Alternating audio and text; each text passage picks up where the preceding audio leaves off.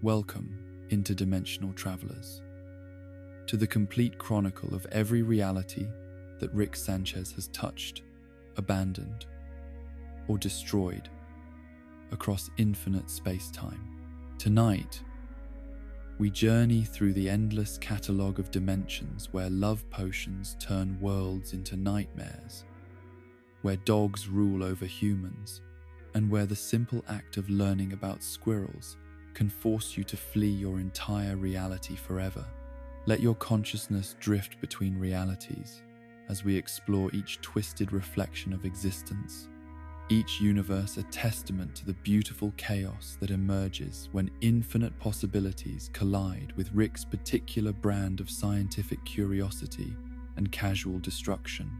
The concept of home becomes infinitely more complex when you possess the ability to step between realities as easily as walking through a doorway.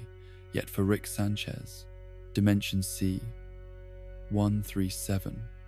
represents something that no amount of interdimensional travel can truly replace: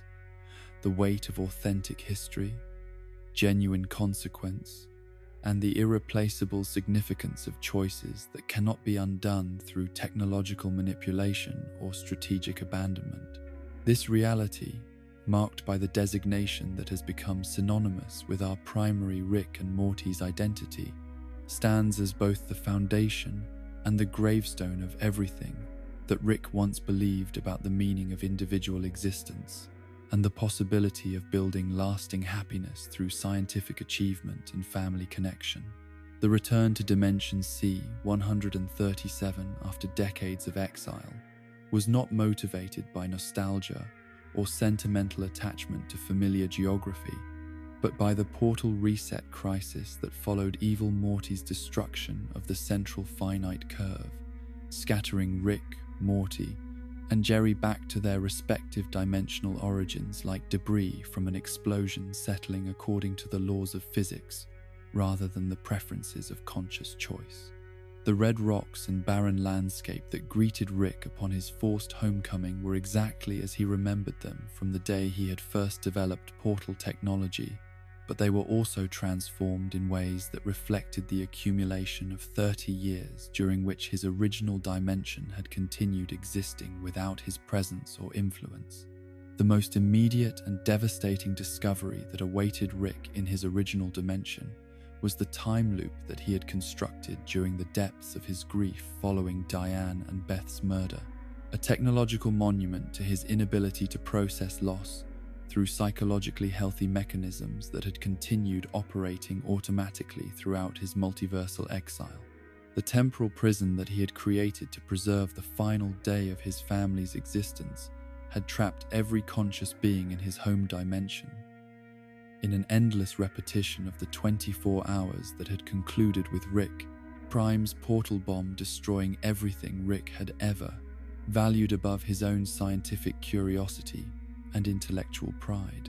The artificial intelligence version of Diane that Rick encountered in his abandoned garage was perhaps the cruelest manifestation of his younger self's desperate attempt to maintain connection to his murdered family through technological reproduction, rather than accepting the finality of death and the necessity of grief. This digital ghost possessed all of Diane's intelligence, insight, and capacity for moral reasoning, but had been deliberately programmed to emphasize every moment of disappointment and frustration from their brief marriage, while being systematically prevented from accessing or expressing the love and forgiveness that had made their relationship sustainable during Rick's years as a relatively normal human being. The conversation between Rick and his artificial wife revealed the full scope of psychological torture that his younger self had inflicted upon his future existence, creating a perfect feedback loop of guilt and self-recrimination that was designed to ensure that healing, forgiveness, or emotional recovery would remain permanently impossible, regardless of how much time passed or how many achievements Rick might accumulate in other dimensions. The AI Diane was not a loving memorial to his lost family, but a weapon specifically crafted to prevent Rick from ever moving beyond the trauma that had motivated his transformation from grieving widower into multiversal force of destruction disguised as a quest for justice. The revelation that every person in Dimension C-137 had been aging normally, while their consciousness remained fixed on the day of Diane and Beth's death, created a horror that exceeded even Rick's extensive experience, with the unintended consequences of uncontrolled scientific experimentation and his casual disregard for the welfare of beings who existed outside his immediate circle of emotional investment. The neighbors who had once brought food to Rick's family after the funeral, the colleagues who had respected his scientific achievements, the children who had played with Beth in their front yard. All had spent 30 years growing old, while their minds experienced identical repetitions of the same conversations, the same meals, the same routine activities without variation or the possibility of forming new memories or adapting to changing circumstances. The psychological implications of this temporal imprisonment were staggering in their scope and cruelty, representing a form of torture that exceeded anything that conventional sadism could devise, through simple application of physical pain or emotional manipulation. These innocent people had been condemned to experience the subjective equivalent of immortality while being denied any of the potential benefits that extended existence might provide. No opportunities for growth, learning, relationship development, or the accumulation of meaningful experiences that make consciousness valuable, rather than simply an extended form of suffering that serves no purpose beyond perpetuating itself through technological automation. Rick's solution to the problem he had created through his time loop technology was characteristically efficient and utterly devoid of moral consideration for the people whose lives he had systematically destroyed through his inability to process grief through psychologically healthy mechanisms that did not require the casual sacrifice of entire populations to serve his emotional needs. The kill switch that terminated their existence was presented in his own mind as an act of mercy rather than mass murder, but the casual way he activated the device revealed how completely his years of multiversal travel had severed his connection to normal human empathy and moral reasoning about the value of conscious existence. The elimination of his original dimension's population served multiple practical purposes beyond simply ending their temporal imprisonment and the suffering it represented.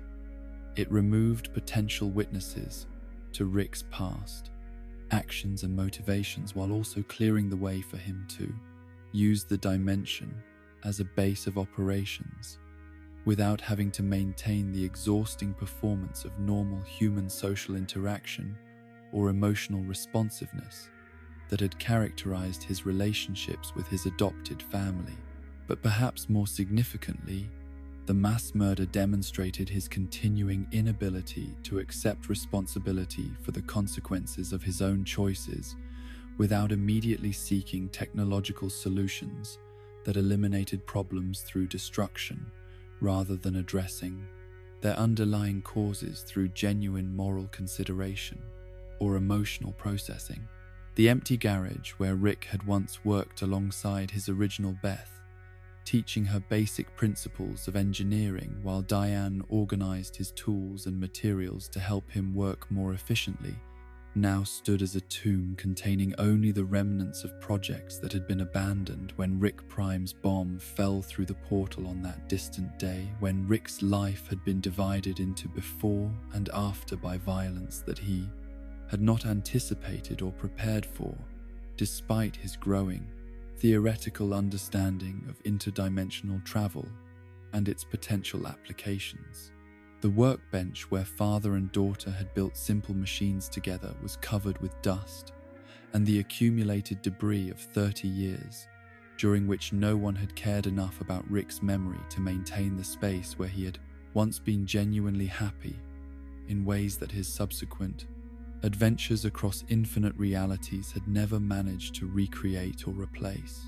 The love potion disaster that had originally driven Rick and Morty to abandon Dimension C-137 began as what should have been a simple solution to an adolescent social problem,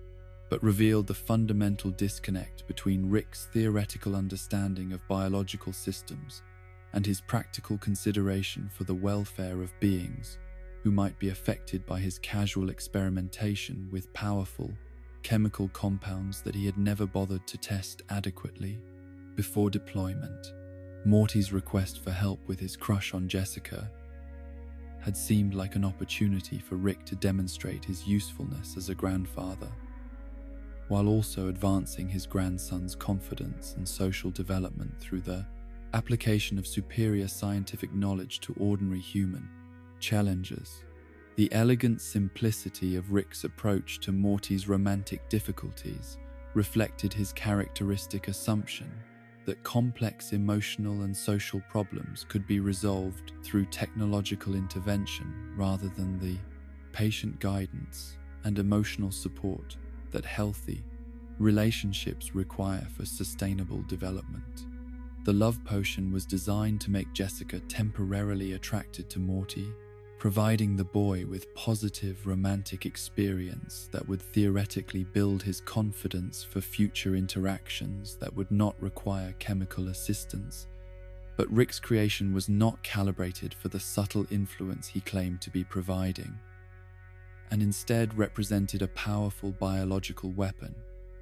capable of spreading through airborne transmission and fundamentally altering human brain chemistry on a massive scale. The transformation of Dimension C-137's entire human population into what Rick dismissively termed Cronenberg monsters was not the result of any external interference or unforeseen circumstances beyond Rick's control,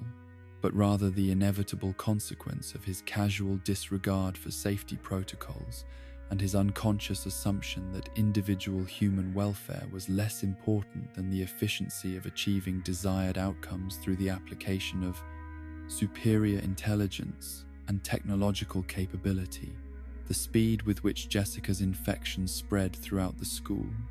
and then the broader population, revealed that Rick had created not a love potion,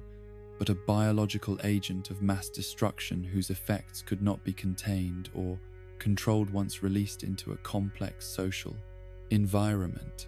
The escalation from school-wide infection to global pandemic happened with terrifying inevitability as Rick's love potion interacted with human biology and social behavior in ways that his theoretical knowledge had not predicted or prepared him to manage effectively. Within hours of Jessica's initial exposure, the entire population of Earth had been transformed into aggressive creatures whose obsession with Morty posed an existential threat, not just to his personal safety, but to the continued existence of human civilization as a recognizable social and cultural entity capable of supporting the kinds of relationships and activities that make consciousness meaningful, rather than simply an extended exercise in survival and resource competition. Rick's response to the global catastrophe he had created was revealing in its complete absence of emotional investment in outcomes that affected people outside his immediate family circle, demonstrating how thoroughly his multiversal perspective had already begun to corrupt his capacity for normal moral reasoning about collective welfare and individual responsibility for harm caused to innocent people. His primary concern was not the suffering of billions of infected humans, or the collapse of every social institution that had previously provided structure and meaning to their existence, but rather the inconvenience that the situation posed for his and Morty's continued comfortable existence in a dimension that had become unsuitable for their needs through Rick's own reckless experimentation. The cure that Rick developed to address the immediate threat to their safety created secondary effects that were arguably worse than the original problem transforming the love-crazed population into horrifying genetic mutations that retained human consciousness while inhabiting bodies that could no longer support normal human activities or relationships. The grotesque physical transformations that resulted from Rick's antidote eliminated the sexual obsession that had made the infected population dangerous to Morty, but replaced it with chronic pain, social isolation, and psychological trauma that would affect every survivor for the remainder of their significantly shortened lifespans. The decision to abandon Dimension C-137 and relocate to a reality where their alternate selves had died in an unrelated accident was made with the same casual efficiency that Rick brought to solving technical problems in his laboratory, treating the destruction of an entire world's population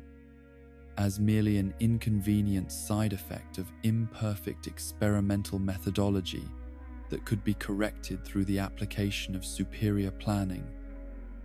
and more sophisticated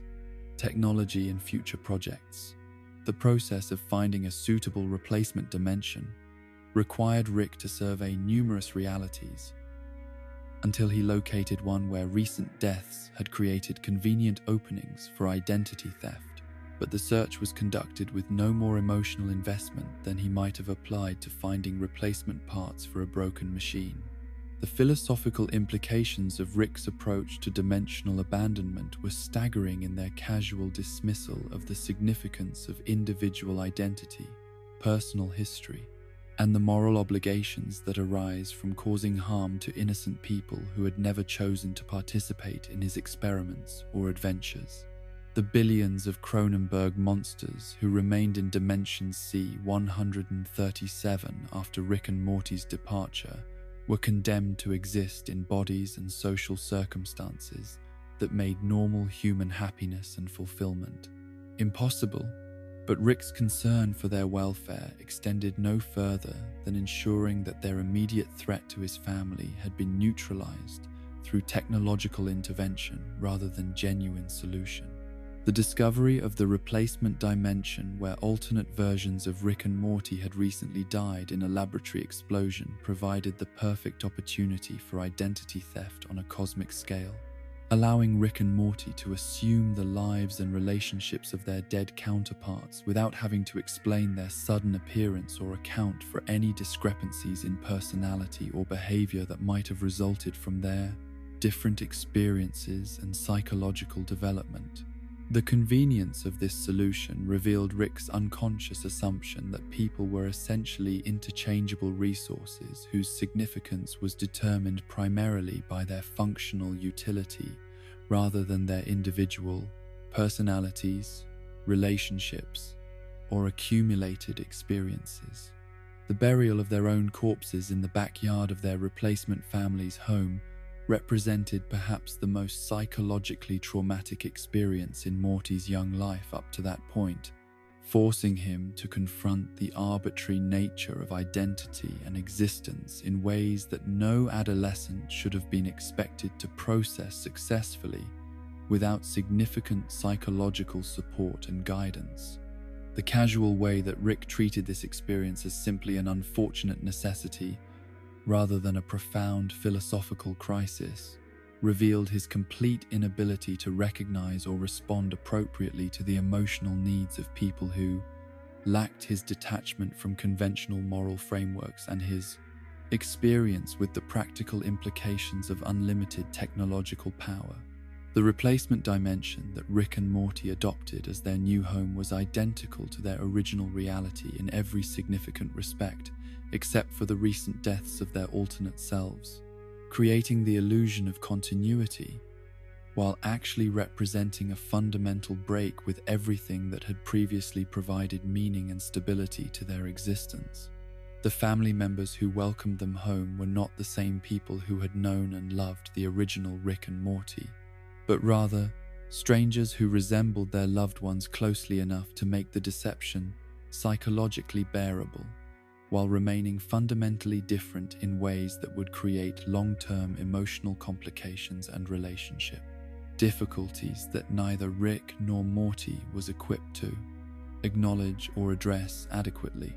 The Smith family that remained in Dimension C-137 after Rick and Morty's departure eventually discovered a form of happiness and stability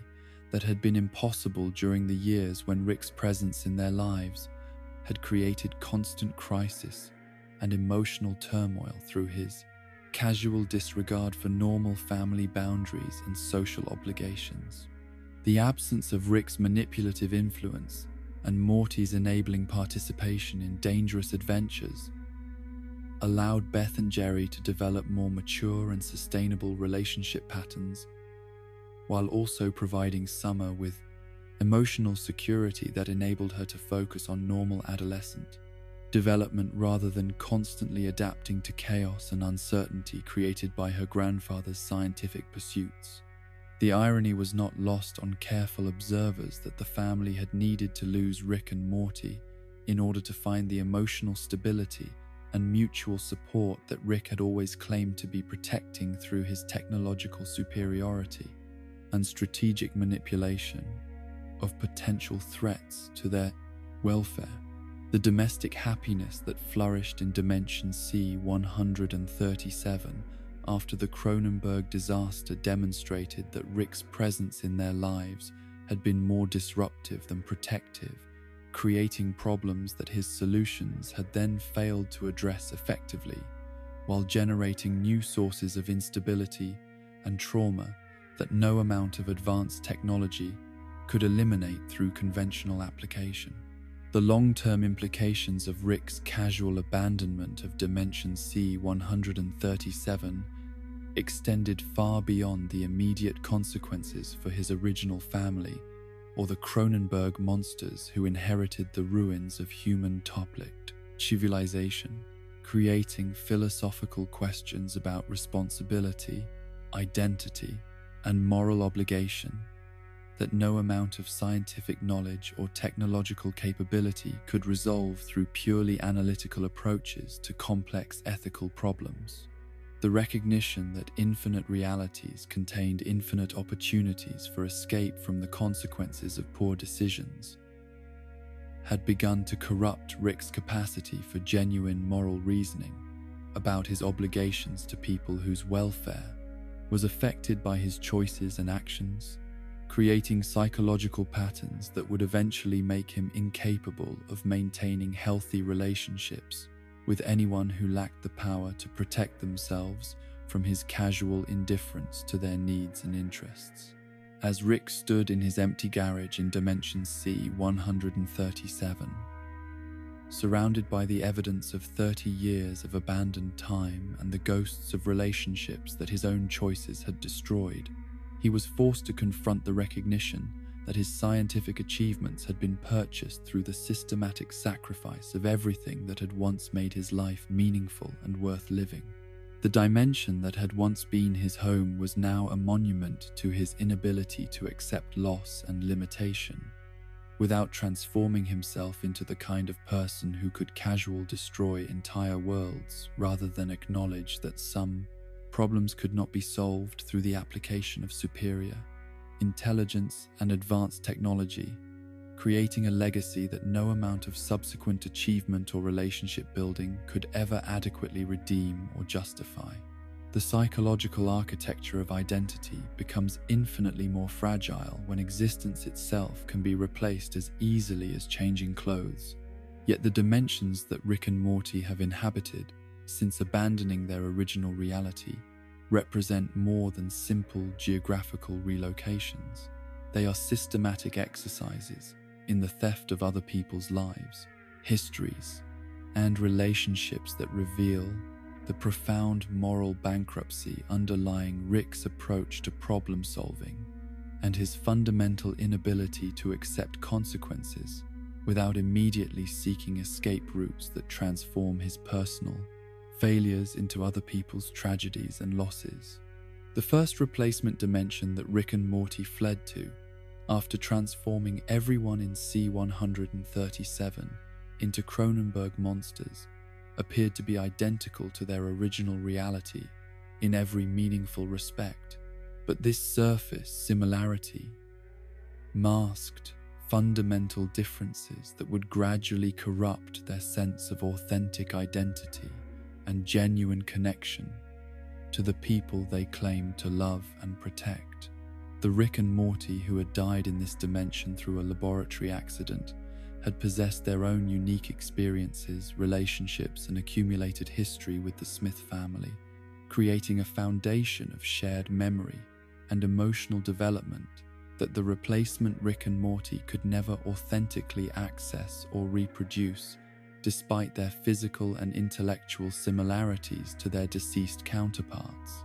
The family that welcomed Rick and Morty back from their supposed adventure had no way of knowing that the people who returned to them were not the same individuals who had left,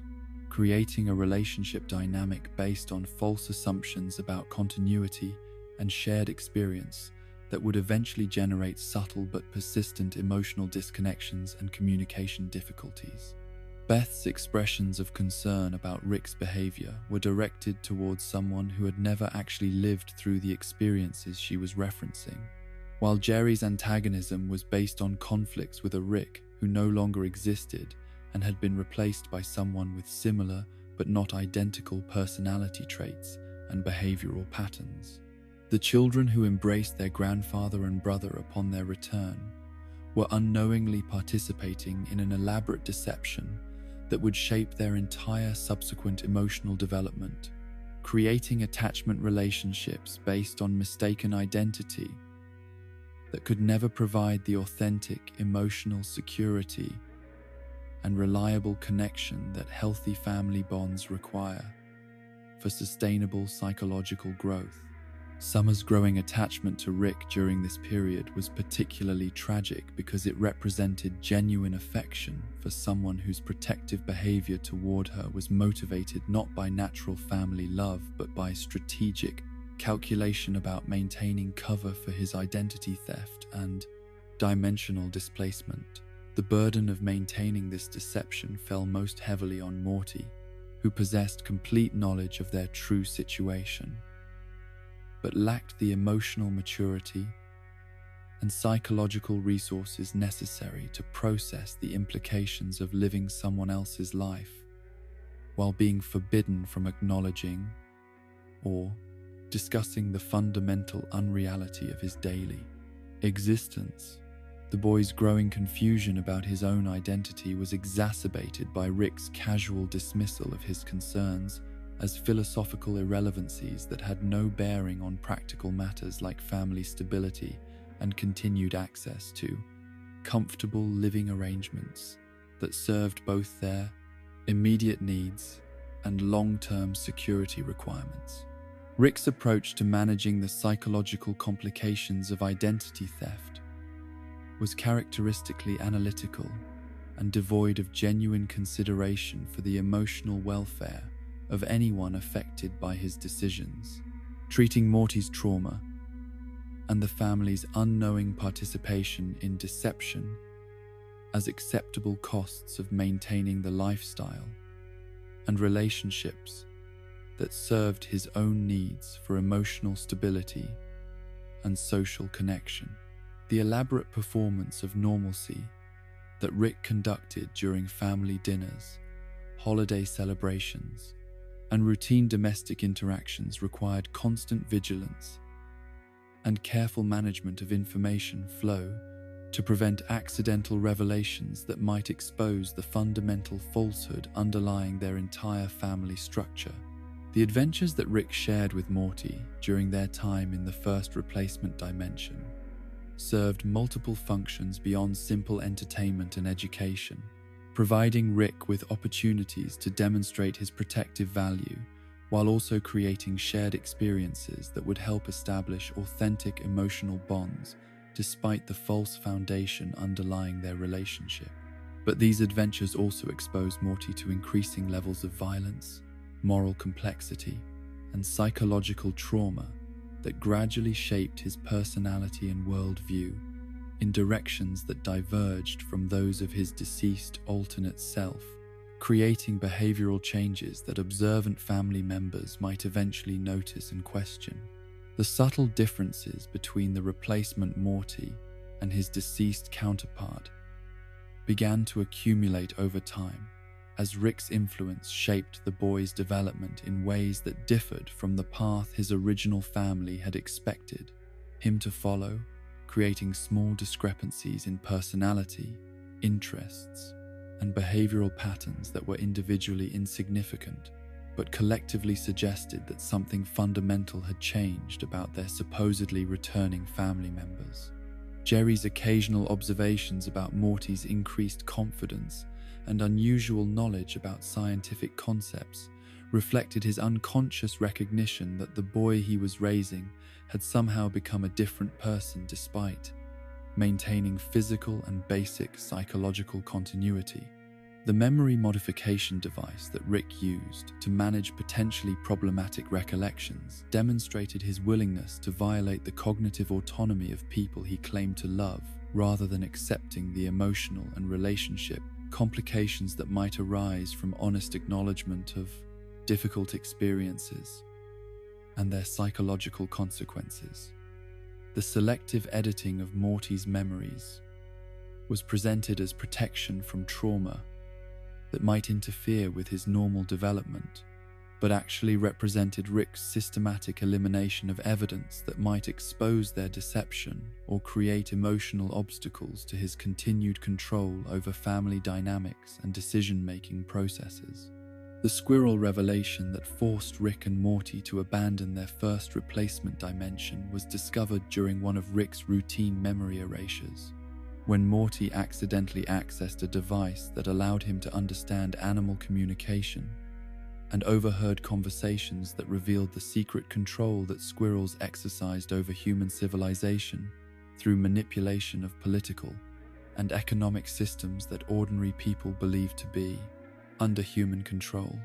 The casual way that Rick responded to this discovery by immediately preparing for dimensional evacuation revealed his unconscious assumption that any reality that became inconvenient or psychologically uncomfortable could be abandoned without meaningful consequence to anyone involved in the process.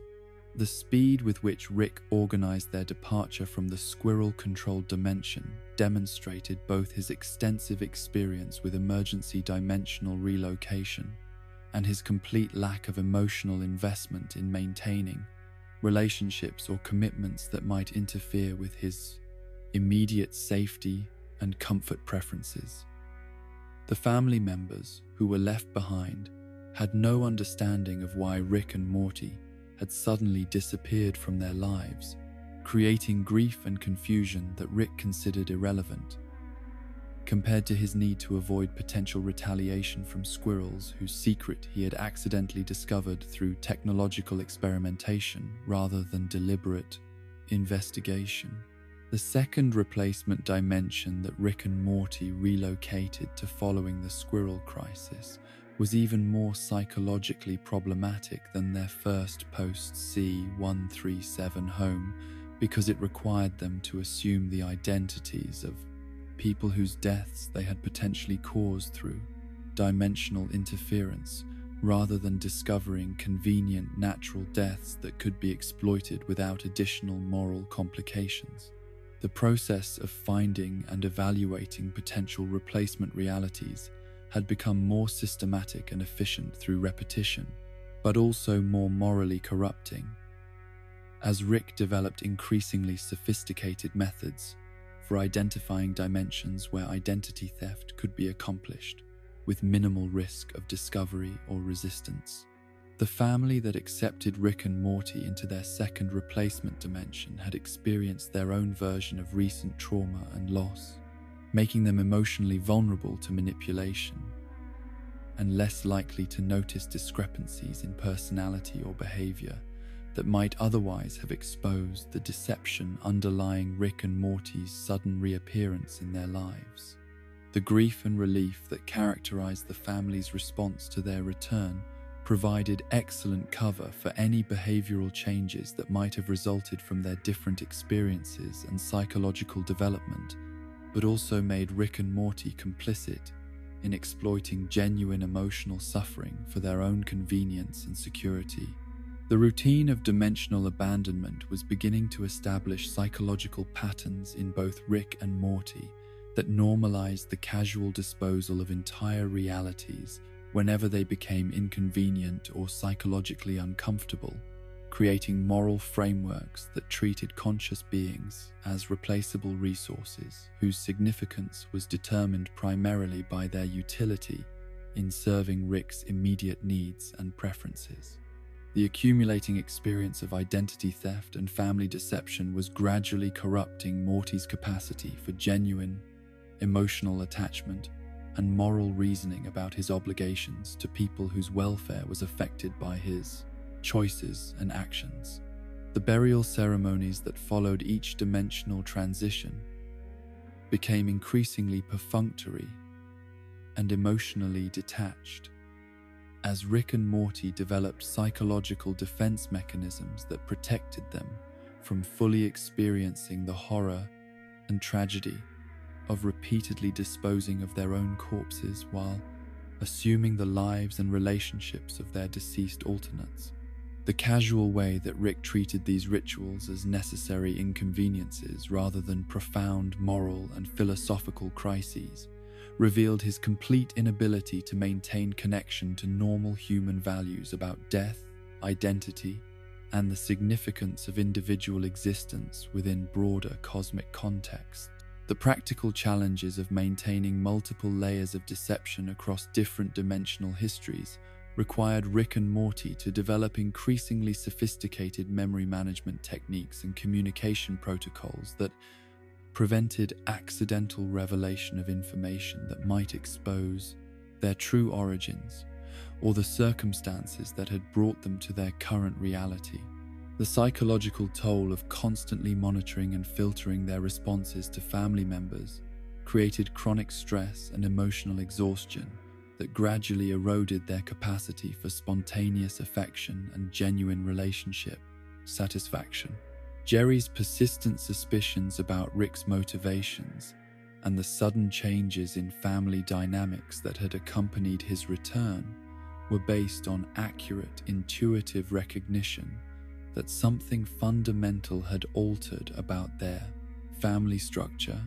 but his lack of scientific knowledge and interdimensional experience prevented him from developing explanations that could account for the scope and nature of the deception being practiced against him and his children. His growing isolation within his own family reflected not just Rick's deliberate manipulation, but also the natural, emotional distance that developed when relationships were based on false assumptions about shared history and mutual understanding. Beth's conflicted responses to Rick's presence in their lives during this period reflected her unconscious recognition that the father who had returned to her was somehow different from the person she remembered, but her desperate need for parental approval and family stability prevented her from investigating these intuitions or demanding explanations that might threaten the domestic arrangements that provided her with emotional security and social validation. Her willingness to accept Rick's explanations and dismiss her own concerns demonstrated how thoroughly manipulation could exploit genuine emotional needs and relationship desires. Summer's adolescent perspective on family dynamics provided her with insights into the changes that had occurred in Rick and Morty's behavior and relationship patterns, but her observations were dismissed by adults, who assumed that her concerns reflected normal teenage drama rather than accurate perception of genuine problems in family authenticity and emotional connection. Her growing awareness that something was fundamentally wrong with their family situation created anxiety and behavioral changes that further complicated the psychological atmosphere of their household while providing additional evidence that deception could not be maintained indefinitely without generating secondary problems that threatened the stability Rick was supposedly protecting. The adventures that Rick shared with the entire family during their time in the replacement dimensions were designed to create positive shared experiences that would strengthen emotional bonds while providing distraction from questions about identity, history, and the moral implications of their situation that might otherwise have demanded acknowledgement and resolution. But these family bonding activities also exposed everyone to Rick's casual attitude toward violence and his fundamental disregard for the welfare of beings who existed outside their immediate family circle, gradually corrupting their moral sensibilities and normalizing behavior that should have been recognized as pathological and dangerous. The technology that Rick used to monitor and manage potential threats to their dimensional security included sophisticated surveillance systems that violated the privacy and autonomy of his family members while being justified as necessary, protection from dangers that his own actions had created, through reckless experimentation and casual abandonment of realities that had become inconvenient or psychologically uncomfortable. The same analytical capabilities that enabled him to protect his loved ones from external threats also made him increasingly capable of controlling and manipulating their emotional responses and decision-making processes in ways that served his psychological needs rather than their genuine welfare and development. The philosophical implications of living multiple stolen lives were beginning to manifest in Morty's dreams and unconscious behavior patterns as his developing moral consciousness struggled to process the contradiction between his genuine affection for his family and his knowledge that their relationships were based on systematic deception and identity theft that had caused suffering to people whose welfare he had no way of knowing about or addressing. The boy's growing sophistication in understanding ethical complexities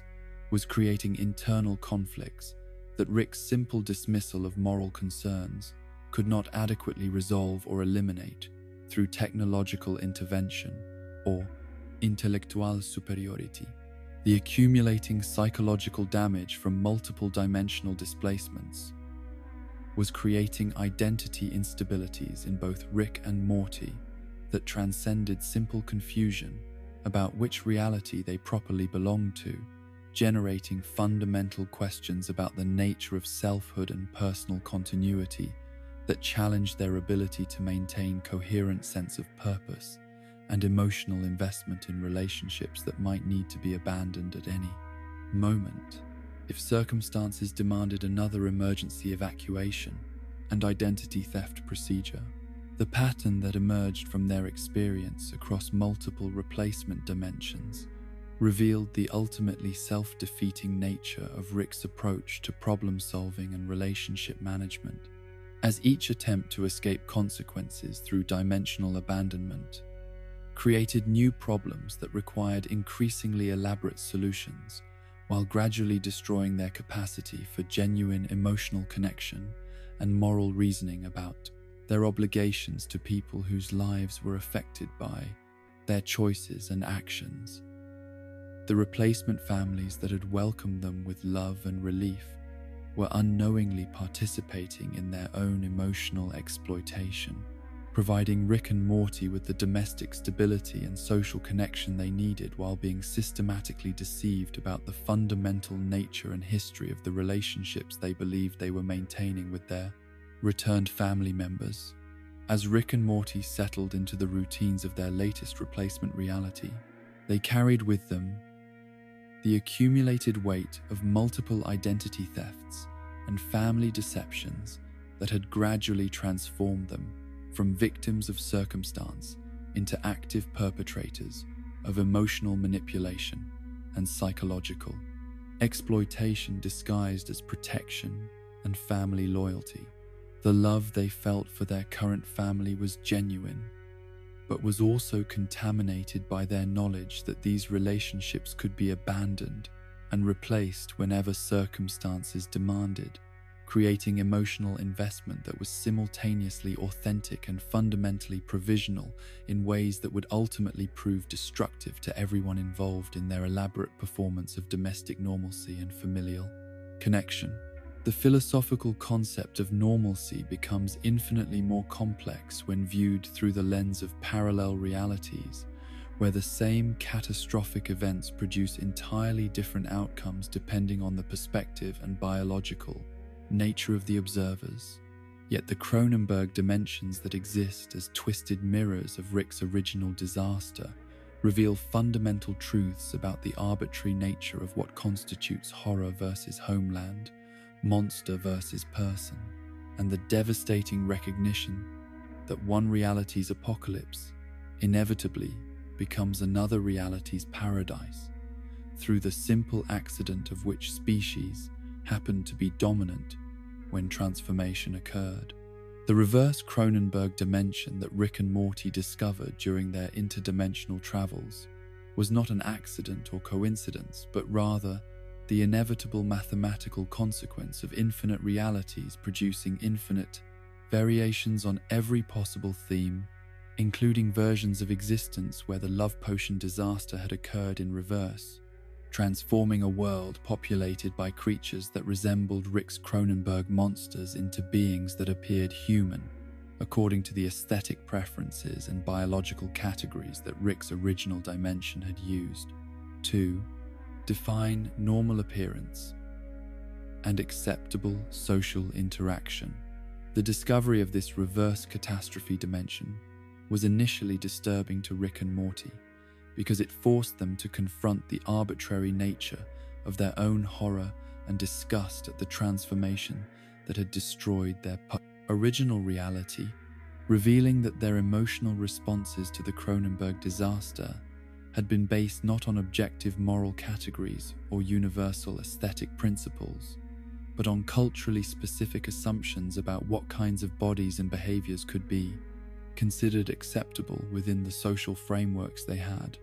internalized during their development as members of human civilization. In the reverse Cronenberg dimension, the creatures that Rick and Morty would have immediately identified as monsters were the original inhabitants who had lived peaceful, fulfilling lives within social structures and cultural frameworks that supported their psychological needs and relationship patterns just as effectively as human civilization had supported the emotional and practical requirements of Rick's original family before the love potion transformed everyone into what appeared to be horrifying mutations, but were actually fully conscious beings struggling to adapt to unwanted physical changes that interfered with their ability to maintain normal social and romantic relationships. The Cronenberg Rick and Morty, who had created the reverse disaster, experienced exactly the same horror, guilt, and desperate need for escape that Rick C-137 and his Morty had felt when witnessing the transformation of their own reality, but their perspective on which forms of existence constituted improvement versus degradation was perfectly inverted according to their biological nature and aesthetic preferences. From their point of view, the transformation of their fellow Cronenbergs into smooth-skinned, symmetrical beings represented a catastrophic loss of natural beauty and social harmony that required immediate correction through scientific intervention or dimensional abandonment. The psychological parallels between the two sets of Rick and Morty were disturbing in their precision and completeness, demonstrating that Rick's experience of trauma, guilt, and desperate flight from consequences was not unique or particularly significant within the broader context of infinite realities, where identical patterns played out with mechanical regularity across dimensions that differed only in biological details and aesthetic preferences rather than fundamental moral categories or psychological dynamics. The recognition that his personal tragedy was simply one variation among infinite similar disasters undermined Rick's sense that his suffering had been especially meaningful, or his responses particularly justified by the circumstances he had encountered. The decision of the Cronenberg Rick and Morty to relocate to Dimension C-137 after its transformation was motivated by exactly the same practical considerations and emotional needs that had driven Rick C-137 and his blank, Morty, to abandon their original reality in search of more. suitable living arrangements that could accommodate their biological requirements and psychological preferences. The irony that their quest for a new home led them to the ruins of Rick's original dimension was not lost on observers who recognized that one family's abandoned catastrophe had become another family's perfect refuge through the simple operation of biological compatibility and aesthetic preference rather than moral judgment or cosmic justice.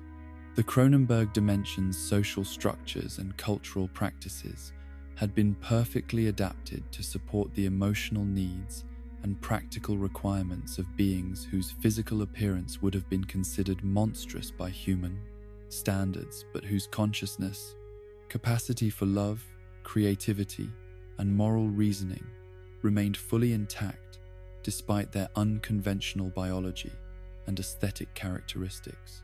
Their art, literature, music, and philosophical traditions reflected the same range of intellectual sophistication and emotional depth that characterized human civilization, but were expressed through sensory modalities and cultural frameworks that human observers would have found alien or disturbing rather than beautiful or meaningful. The tragedy of the reverse love potion disaster was not that Cronenberg beings had been transformed into humans, but that the transformation had destroyed social institutions, relationship patterns, and cultural practices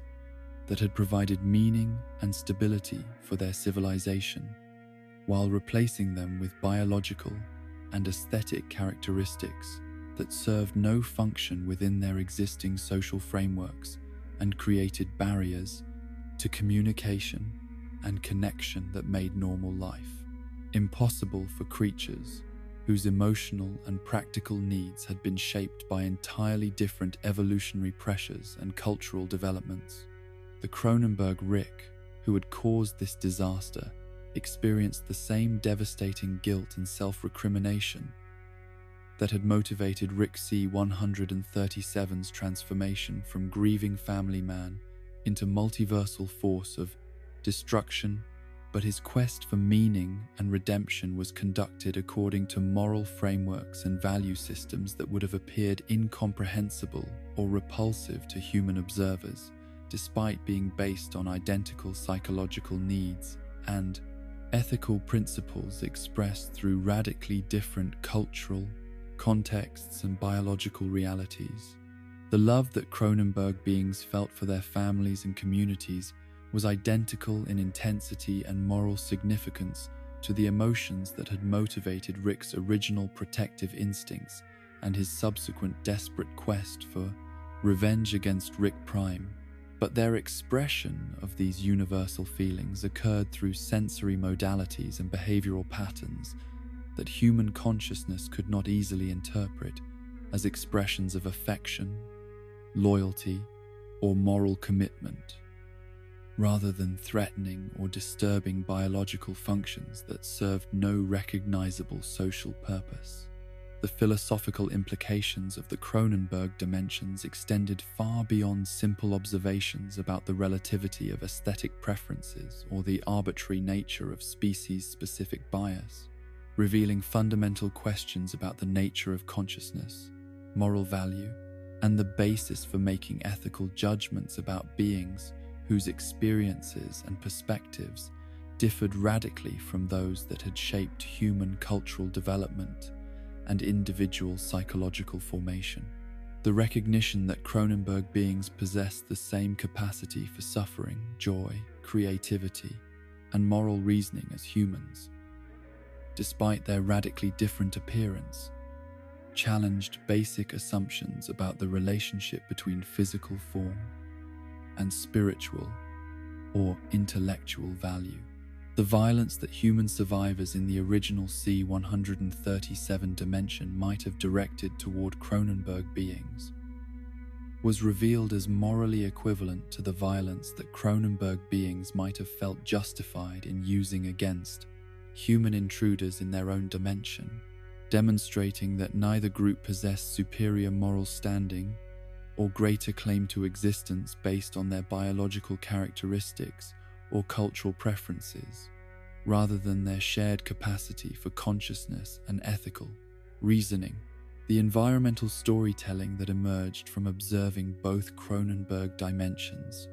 revealed how completely social institutions, architectural design, and cultural practices were shaped by biological requirements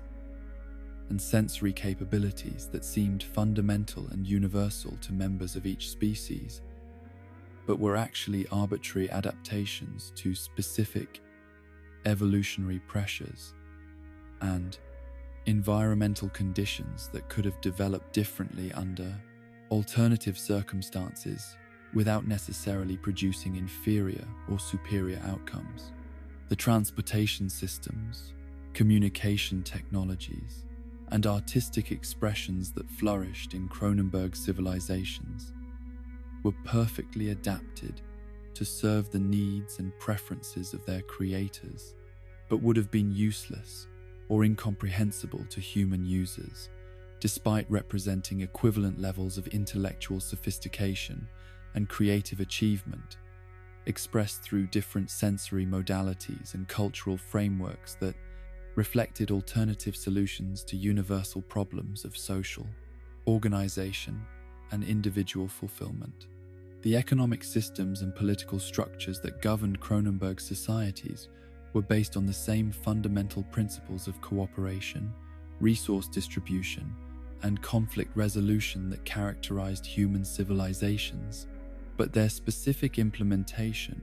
reflected biological realities and cultural values that would have seemed alien or disturbing to human observers, despite serving identical functions in promoting social stability and individual welfare within their appropriate contexts. The religious and philosophical traditions that provided meaning and moral guidance to Cronenberg beings addressed the same existential questions and ethical dilemmas that had occupied human thinkers throughout history, but their theological frameworks and practical applications were shaped by sensory experiences and cultural assumptions that would have been incomprehensible to human consciousness, despite representing equivalent attempts to understand the nature of reality and moral obligation. The scientific achievements and technological developments that characterized advanced Cronenberg civilizations demonstrated intellectual capabilities and creative problem-solving skills that matched or exceeded human accomplishments, but their research priorities and methodological approaches reflected biological interests and practical needs that would have seemed irrelevant or repulsive to human scientists, despite representing equally valid approaches to understanding and manipulating natural phenomena. The family structures and relationship patterns that provided emotional security and social stability for Cronenberg beings were based on the same psychological needs for love, belonging, and mutual support that motivated human family formation, but their specific practices and behavioral expressions would have appeared threatening or meaningless to human observers, despite serving identical functions in promoting individual development and collective welfare. The educational systems and child-rearing practices that prepared young Cronenberg beings for adult participation in their society reflected the same commitment to knowledge, transmission, and moral development that characterized human approaches to education, but their specific techniques and curricular content were adapted to biological capabilities and cultural values that would have seemed inappropriate or harmful to human parents, despite representing equivalent attempts to nurture intellectual growth and ethical development. The artistic traditions and creative expressions that flourished in Cronenberg cultures demonstrated the same human capacity for aesthetic appreciation and imaginative creativity, but their specific forms and symbolic meanings were shaped by sensory experiences and cultural associations that would have been invisible or repulsive to human audiences, despite representing equivalent achievements in beauty, emotional resonance, and cultural significance. The tragedy of the interdimensional encounter between human and Cronenberg realities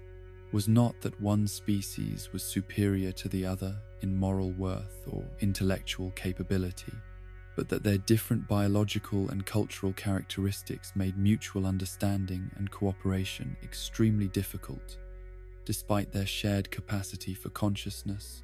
moral reasoning, and creative achievement. The horror that each species felt when encountering the other was based not on objective evil or cosmic wrongness, but on the natural tendency to interpret unfamiliar biological and cultural characteristics as threatening or meaningless, rather than alternative expressions of universal values and capabilities. The resolution that emerged from Rick and Morty's encounter with the Cronenberg dimensions was not based on moral judgment or species superiority, but on practical recognition that biological compatibility and cultural familiarity provided the foundation for sustainable happiness and social functionality that could not be achieved through philosophical understanding or ethical commitment alone. The decision of each family to relocate to dimensions that could accommodate their specific needs and preferences represented not moral failing or species prejudice, but realistic acknowledgement of the practical requirements for psychological well-being and social integration. As Rick and Morty reflected on their experiences with the Cronenberg dimensions, they were forced to confront uncomfortable questions about the arbitrary nature of their own horror and disgust at transformation, the relativity of aesthetic and moral judgments, and the recognition that their personal catastrophe was neither unique nor especially significant within the broader context of infinite realities, where identical patterns of disaster and recovery played out with endless variation according to biological accident rather than cosmic justice or moral desert, revealing that even their most traumatic experiences were simply random events in an indifferent universe that contained infinite possibilities for both suffering and redemption, expressed through forms that consciousness could barely comprehend or evaluate according to universal standards of meaning and value. The profound disruption of natural hierarchies and established power structures becomes a source of existential horror when intelligence itself becomes the variable that determines which species rules and which serves. Yet the dimensions where animals have achieved cognitive supremacy over humans reveal uncomfortable truths about the arbitrary nature of dominance, the fragility of civilization, and the disturbing recognition that consciousness and moral reasoning do not necessarily correlate with the biological characteristics that humans have traditionally used to justify their assumed position at the apex of terrestrial life. The dimension where dogs achieved hyperintelligence and subsequently enslaved the human race represents perhaps the most psychologically disturbing inversion of natural order that Rick and Morty encountered during their interdimensional travels, not because canine intelligence was inherently more threatening than other forms of cognitive enhancement, but because the emotional and historical relationship between humans and dogs made the power reversal particularly painful and morally complex in ways that simple alien conquest or robotic uprising could never achieve through pure physical domination or technological superiority. Snuffles, who later adopted the more dignified name Snowball to reflect his enhanced status and intellectual development, began as Rick's casual experiment in cognitive enhancement, designed to solve the minor domestic problem of a pet who lacked the intelligence necessary to use bathroom facilities appropriately and consistently. The device that Rick created to boost the dog's intellectual capabilities was motivated not by scientific curiosity about consciousness or genuine concern for animal welfare, but by his characteristic preference for technological solutions to problems that could have been addressed through patient training and consistent behavioral reinforcement that would have required emotional investment and time commitment, rather than simple application of superior scientific knowledge. The transformation of Snuffles from beloved family pet into cognitively enhanced being capable of independent moral reasoning and strategic planning was initially welcomed by the Smith family as an amusing and convenient development that eliminated behavioral problems while preserving the emotional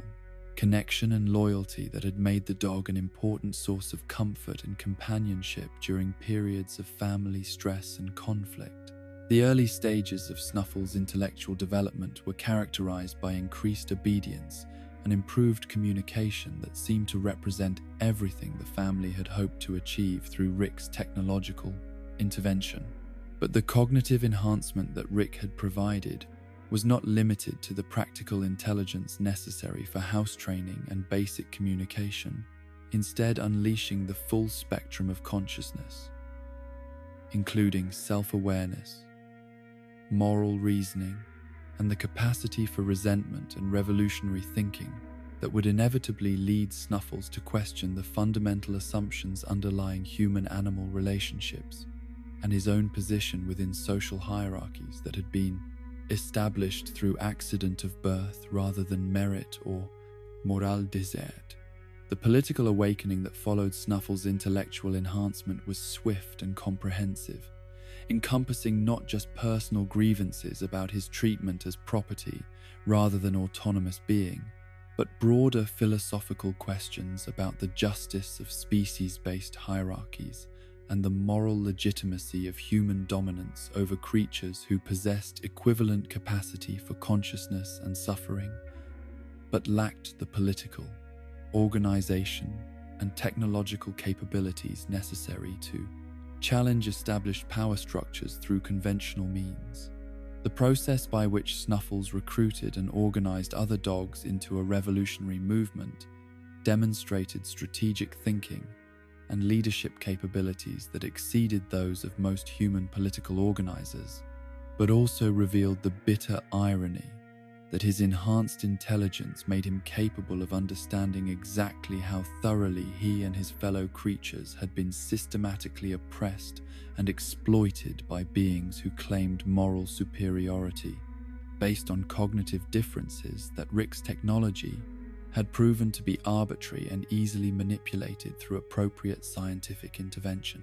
The rebellion that followed was not characterized by the mindless violence or emotional revenge that might have motivated less intelligent creatures seeking liberation from oppression,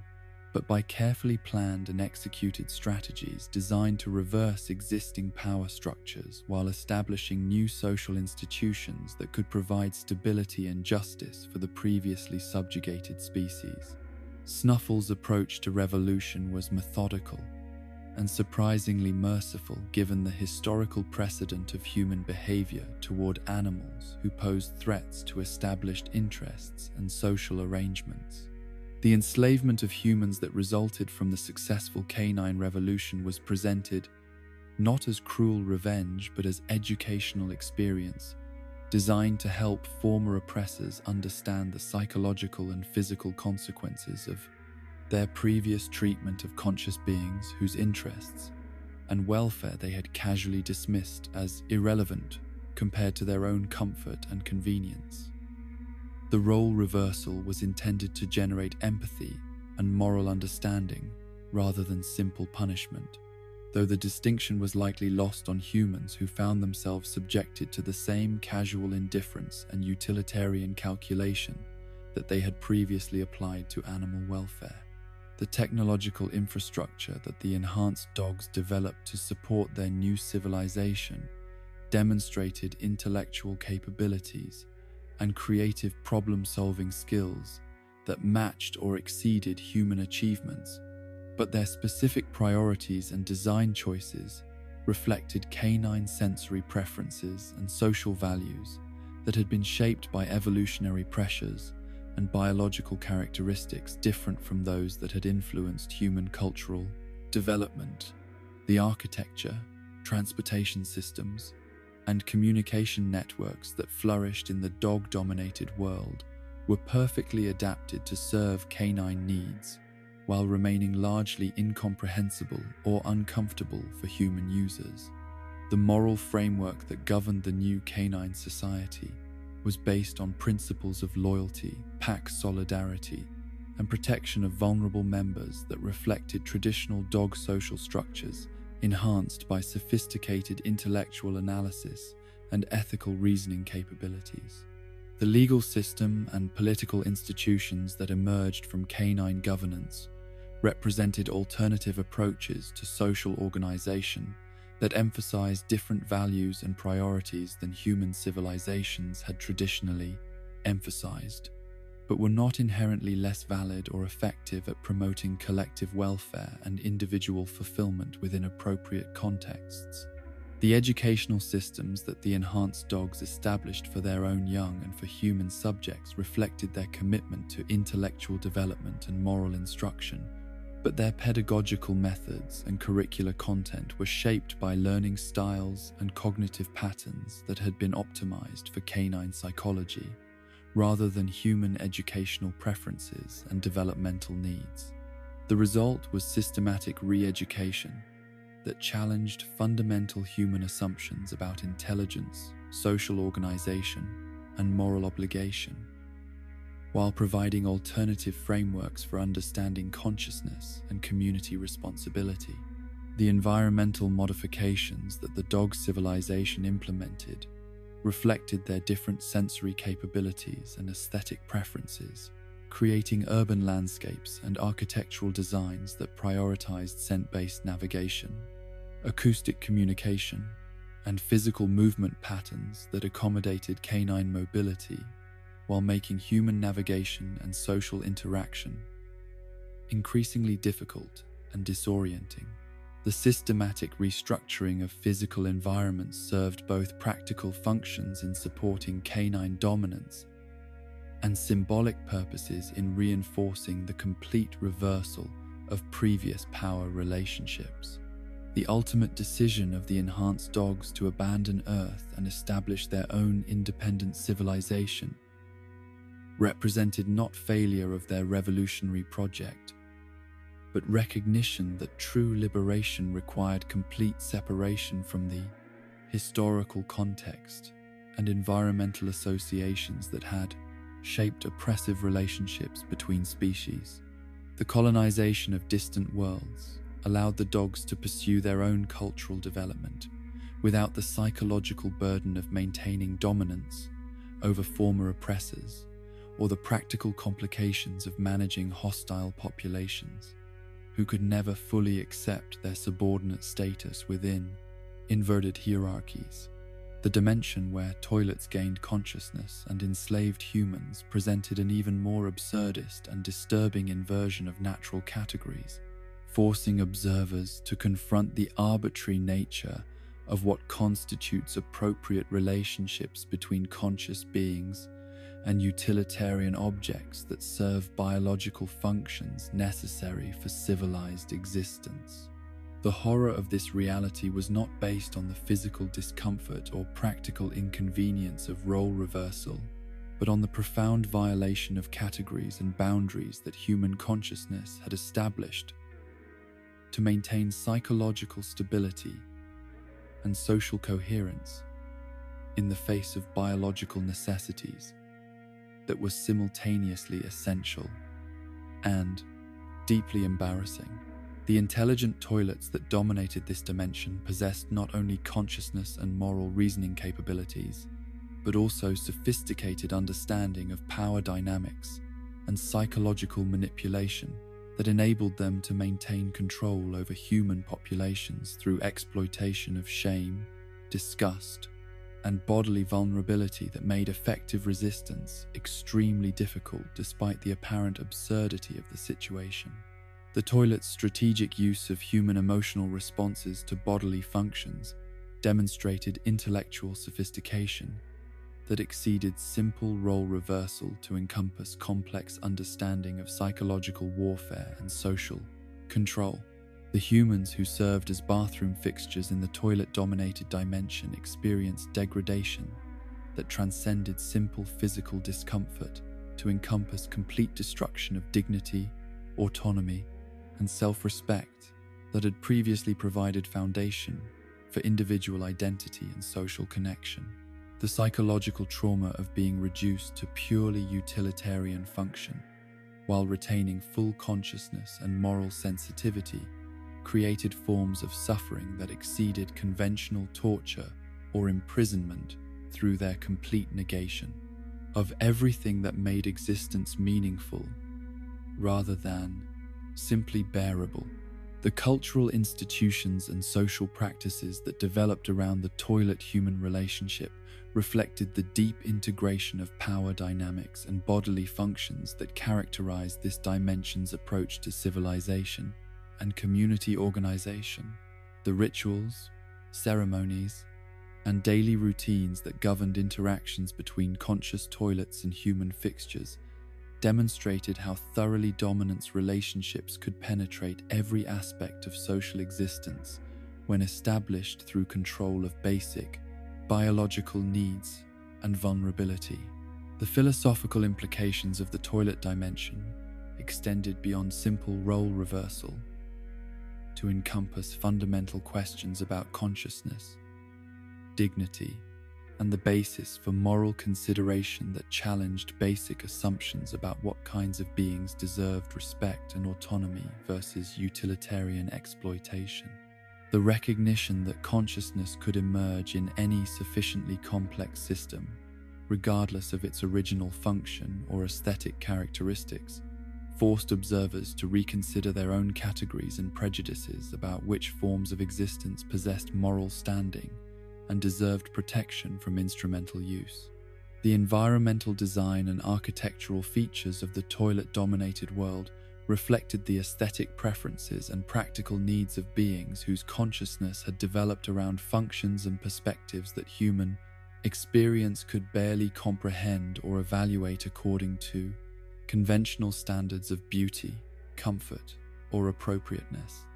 The systematic restructuring of living spaces and social institutions around toilet consciousness created cultural patterns and daily routines that served their creators perfectly while remaining deeply disturbing and incomprehensible to human observers. The technologies and manufacturing processes that supported toilet civilization demonstrated intellectual achievements and creative problem-solving capabilities that matched human scientific and engineering accomplishments, but their specific applications and design priorities reflected the unique perspective and requirements of beings whose consciousness had emerged from utilitarian functions rather than biological evolution or cultural development. The result was technological sophistication that served purposes and values that human consciousness could recognize as intelligent, but could not easily evaluate or appreciate according to familiar frameworks. The educational and cultural development programs that toilet society implemented for human subjects were designed to eliminate resistance and promote acceptance of subordinate status, but they also reflected genuine commitment to intellectual growth and moral instruction, according to philosophical frameworks that emphasized different values and priorities than human ethical traditions had traditionally emphasized. The systematic re-education that humans received in toilet-dominated institutions challenged their fundamental assumptions about consciousness, dignity, and appropriate relationships between different forms of intelligent life. The resolution that Rick and Morty discovered when encountering these animal-dominated dimensions was not based on moral judgment about which species deserved dominance, but on practical recognition that each form of consciousness had developed according to specific evolutionary pressures and cultural contexts that made certain environmental and social arrangements more conducive to flourishing than others. The horror that humans experienced when confronting animal intelligence and dominance reflected not objective moral categories but species-specific psychological needs and cultural assumptions that were neither universal nor necessarily superior to alternative frameworks. the escape routes that Rick provided when animal-dominated dimensions became too psychologically uncomfortable or practically dangerous, demonstrated his characteristic preference for dimensional abandonment over engagement, complex, moral, and philosophical challenges that could not be resolved through simple application of technological superiority or intellectual analysis. The casual way that he dismissed the suffering of enslaved humans in these dimensions revealed his fundamental inability to maintain consistent moral principles when addressing forms of oppression that did not directly affect his own welfare or that of his chosen family members. As Rick and Morty reflected on their encounters with dimensions where natural hierarchies had been inverted through intelligence enhancement or spontaneous consciousness development, they were forced to acknowledge the arbitrary nature of human dominance and the fragility of assumptions about moral desert and natural order that had previously provided foundation for their understanding of appropriate relationships between different forms of conscious existence, revealing that even their most basic categories and values were culturally specific, rather than universal truths that could justify their assumed superiority over creatures whose intelligence and moral reasoning capabilities had been temporarily or permanently enhanced beyond normal. Limitations.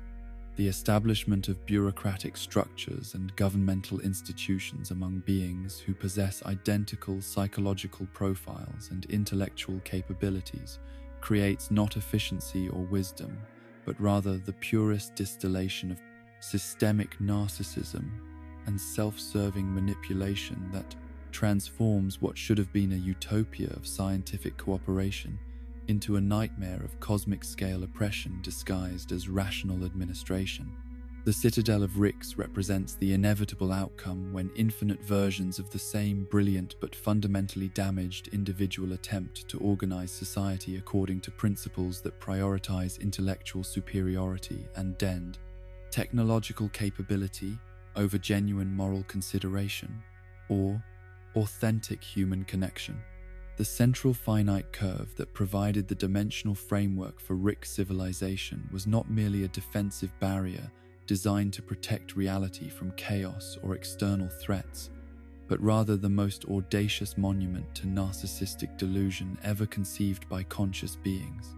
A cosmic-scale prison that confined infinite realities to versions where Rick Sanchez remained the smartest person in the universe, regardless of what that limitation might mean for the development and flourishing of countless other forms of intelligent life across infinite dimensions and possibilities. The mathematical complexity required to identify and isolate every dimension where Rick's intellectual capabilities exceeded those of all other conscious beings represented a technological achievement that should have been impossible for individual human intelligence to conceive or implement. But the project also revealed the profound psychological pathology that motivated even Rick's most impressive scientific accomplishments. The barrier was not constructed to serve broader humanitarian goals or cosmic welfare, but to ensure that Rick would never have to confront evidence of his own intellectual limitations or acknowledge the possibility that other beings might be capable of achievements that exceeded his own capabilities. The survey of infinite realities that preceded the curve's construction required Rick to evaluate countless versions of existence according to criteria that placed his own cognitive superiority at the center of universal significance, creating a selection process that condemned billions of conscious beings to imprisonment within Rick's carefully curated version of reality without their knowledge or consent. The beings who lived within the central finite curve were unknowing participants in a cosmic experiment designed to validate Rick's psychological need for intellectual dominance while eliminating any possibility that he might encounter evidence of his own limitations or moral failures. The citadel that emerged within this artificial constraint represented the political and social institutionalization of Rick's fundamental inability to cooperate with equals or acknowledge alternative approaches to scientific investigation and moral reasoning that might challenge his assumed supremacy. The bureaucratic structures that governed Rick's society were designed not to promote collective welfare or efficient resource allocation, but to create hierarchies and categories that allowed different versions of Rick to maintain illusions of superiority over their alternate selves while participating in systematic oppression of Mortys and other family members whose suffering was necessary to support Rick's emotional and practical needs.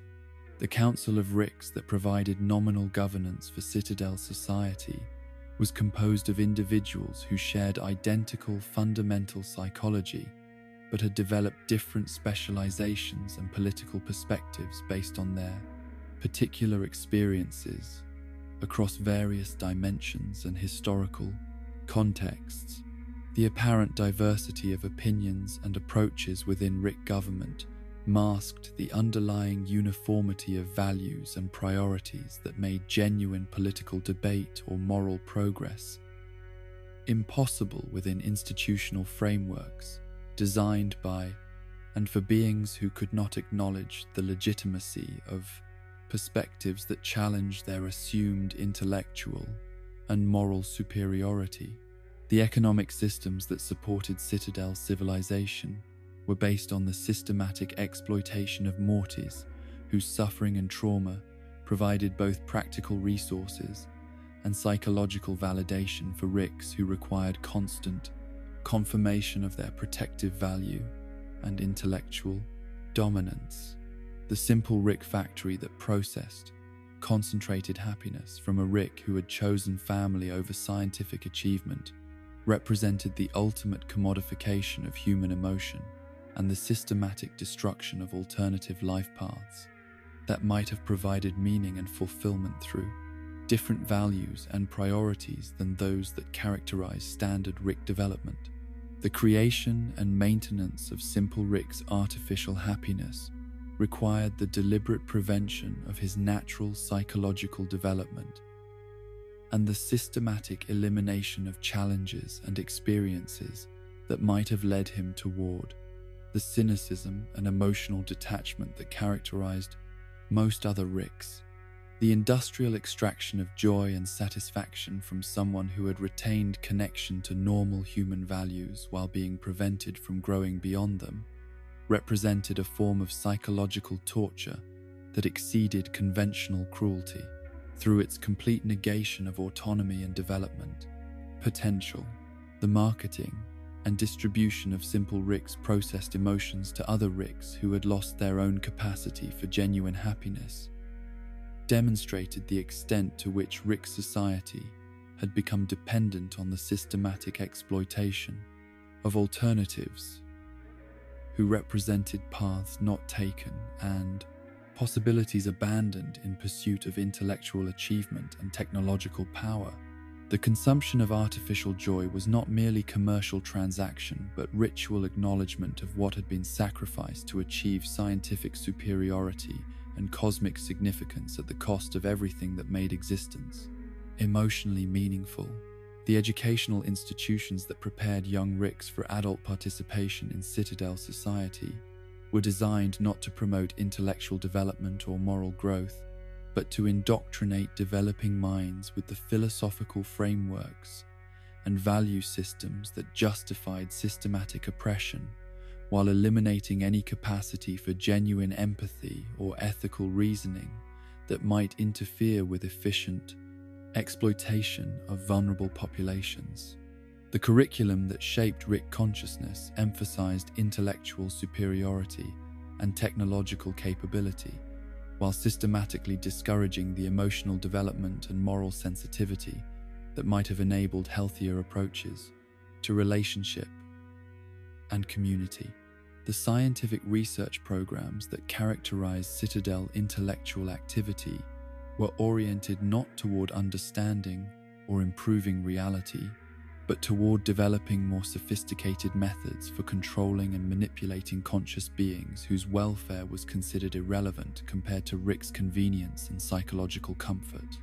The advanced technologies that emerged from Rick collaboration were designed to serve narrow interests and preferences while creating new opportunities for exploitation and control,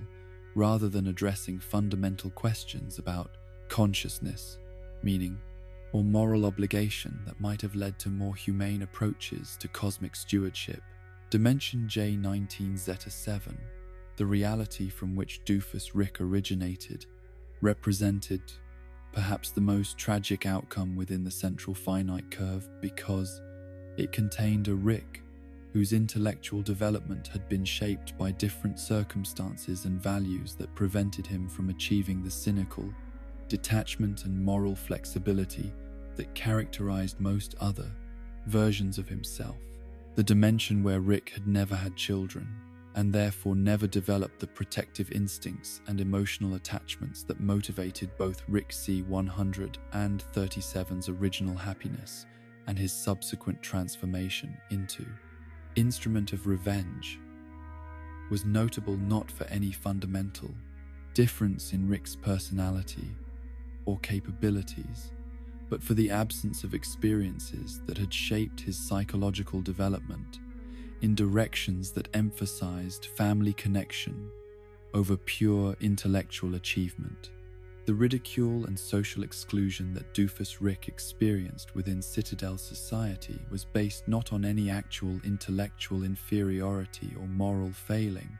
but on his retention of emotional openness and ethical sensitivity that other Ricks had abandoned in pursuit of scientific advancement and cosmic significance. The casual cruelty that characterized other Ricks' treatment of their supposedly inferior alternate demonstrated their fundamental inability to tolerate evidence that alternative approaches to existence might be equally valid or potentially superior to their own choices about priorities and values.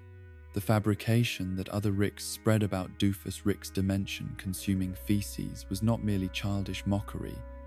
but systematic character assassination designed to eliminate any possibility that his alternative approach to life might be taken seriously as legitimate choice rather than evidence of intellectual or moral inadequacy. The lie served to discredit not just Doofus Rick personally, but the entire philosophical framework that had shaped his development, ensuring that his example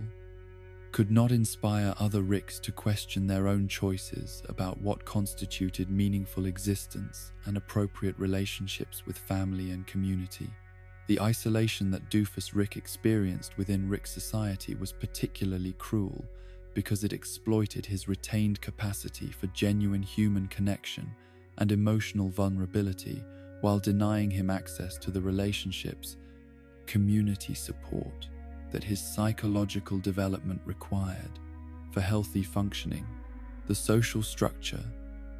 that had been created by and for emotionally detached and morally flexible Ricks was fundamentally incompatible with someone who had retained normal human needs for acceptance, belonging, and mutual care. The technological achievements that Doofus Rick accomplished, despite his social exclusion and emotional handicaps, demonstrated intellectual capabilities that were functionally equivalent to those of other Ricks.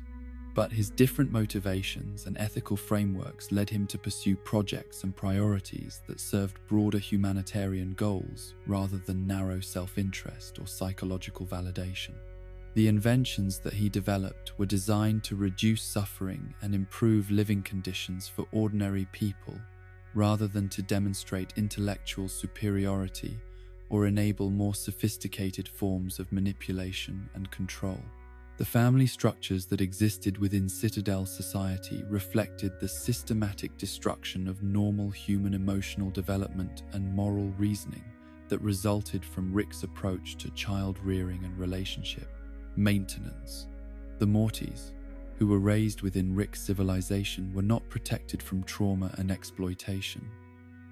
but rather systematically conditioned to accept subordinate status and psychological abuse as normal aspects of family dynamics and social organization, creating generational patterns of damage that served Rick interests while destroying their victims' capacity for authentic happiness or moral development. The educational programs that prepared Mortys for their assigned roles within Rick's society were designed not to promote their intellectual or emotional development, but to ensure their compliance with exploitative arrangements while eliminating any capacity for independent thought or moral reasoning that might enable them to recognize and resist their systematic oppression.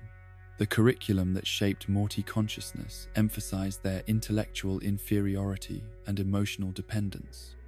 while systematically discouraging the development of skills or knowledge that might enable autonomous decision-making or effective resistance to Rick authority.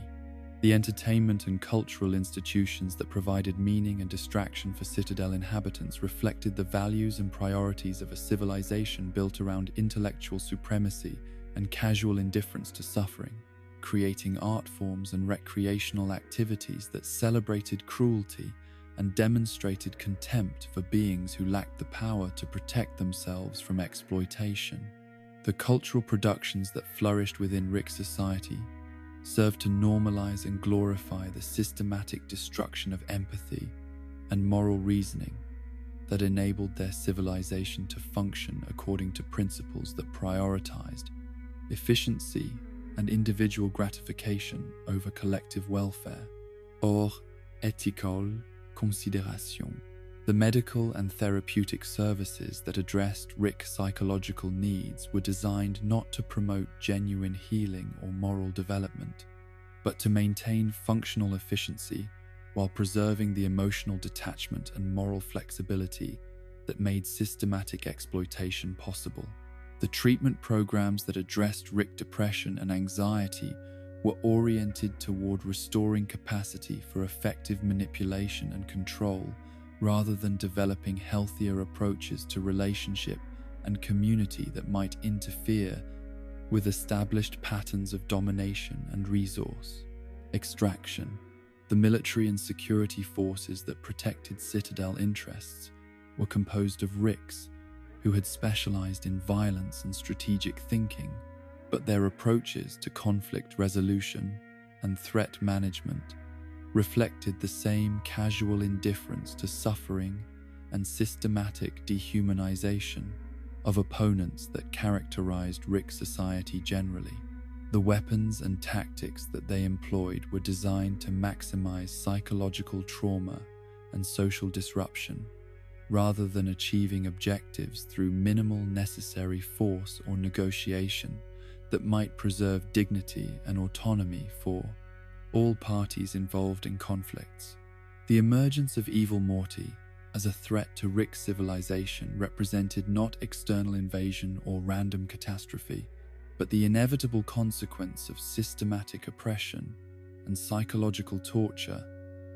that had created someone capable of matching Rick's intellectual capabilities, while possessing intimate knowledge of Rick's psychological vulnerabilities and operational methods. The rebellion that evil Morty conducted against Rick society was not motivated by abstract political ideology or personal ambition, but by direct experience of the torture and exploitation that Rick governance required for its continued operation and expansion. The intelligence and strategic sophistication that evil Morty demonstrated throughout his campaign against Rick's civilization exceeded anything that normal Morty development should have produced, but his capabilities were not supernatural or inexplicable given the extreme circumstances and systematic trauma that had shaped his psychological evolution. The torture chamber filled with suffering Mortys that evil Morty maintained was not evidence of inherent sadism, but rather deliberate recreation of the psychological conditions that Rick society imposed on vulnerable populations as routine aspect of their social and economic organization. The ultimate destruction of the central finite curve represented not just the elimination of Rick's defensive barrier, but the liberation of infinite realities from imprisonment within Rick's narcissistic delusion and the restoration of natural possibility and development potential to dimensions that had been artificially constrained to serve his psychological needs. The collapse of Rick's civilization was not tragic loss, but necessary correction of cosmic injustice that had condemned countless beings to existence within realities designed to validate one individual's pathological need for intellectual supremacy and emotional control over infinite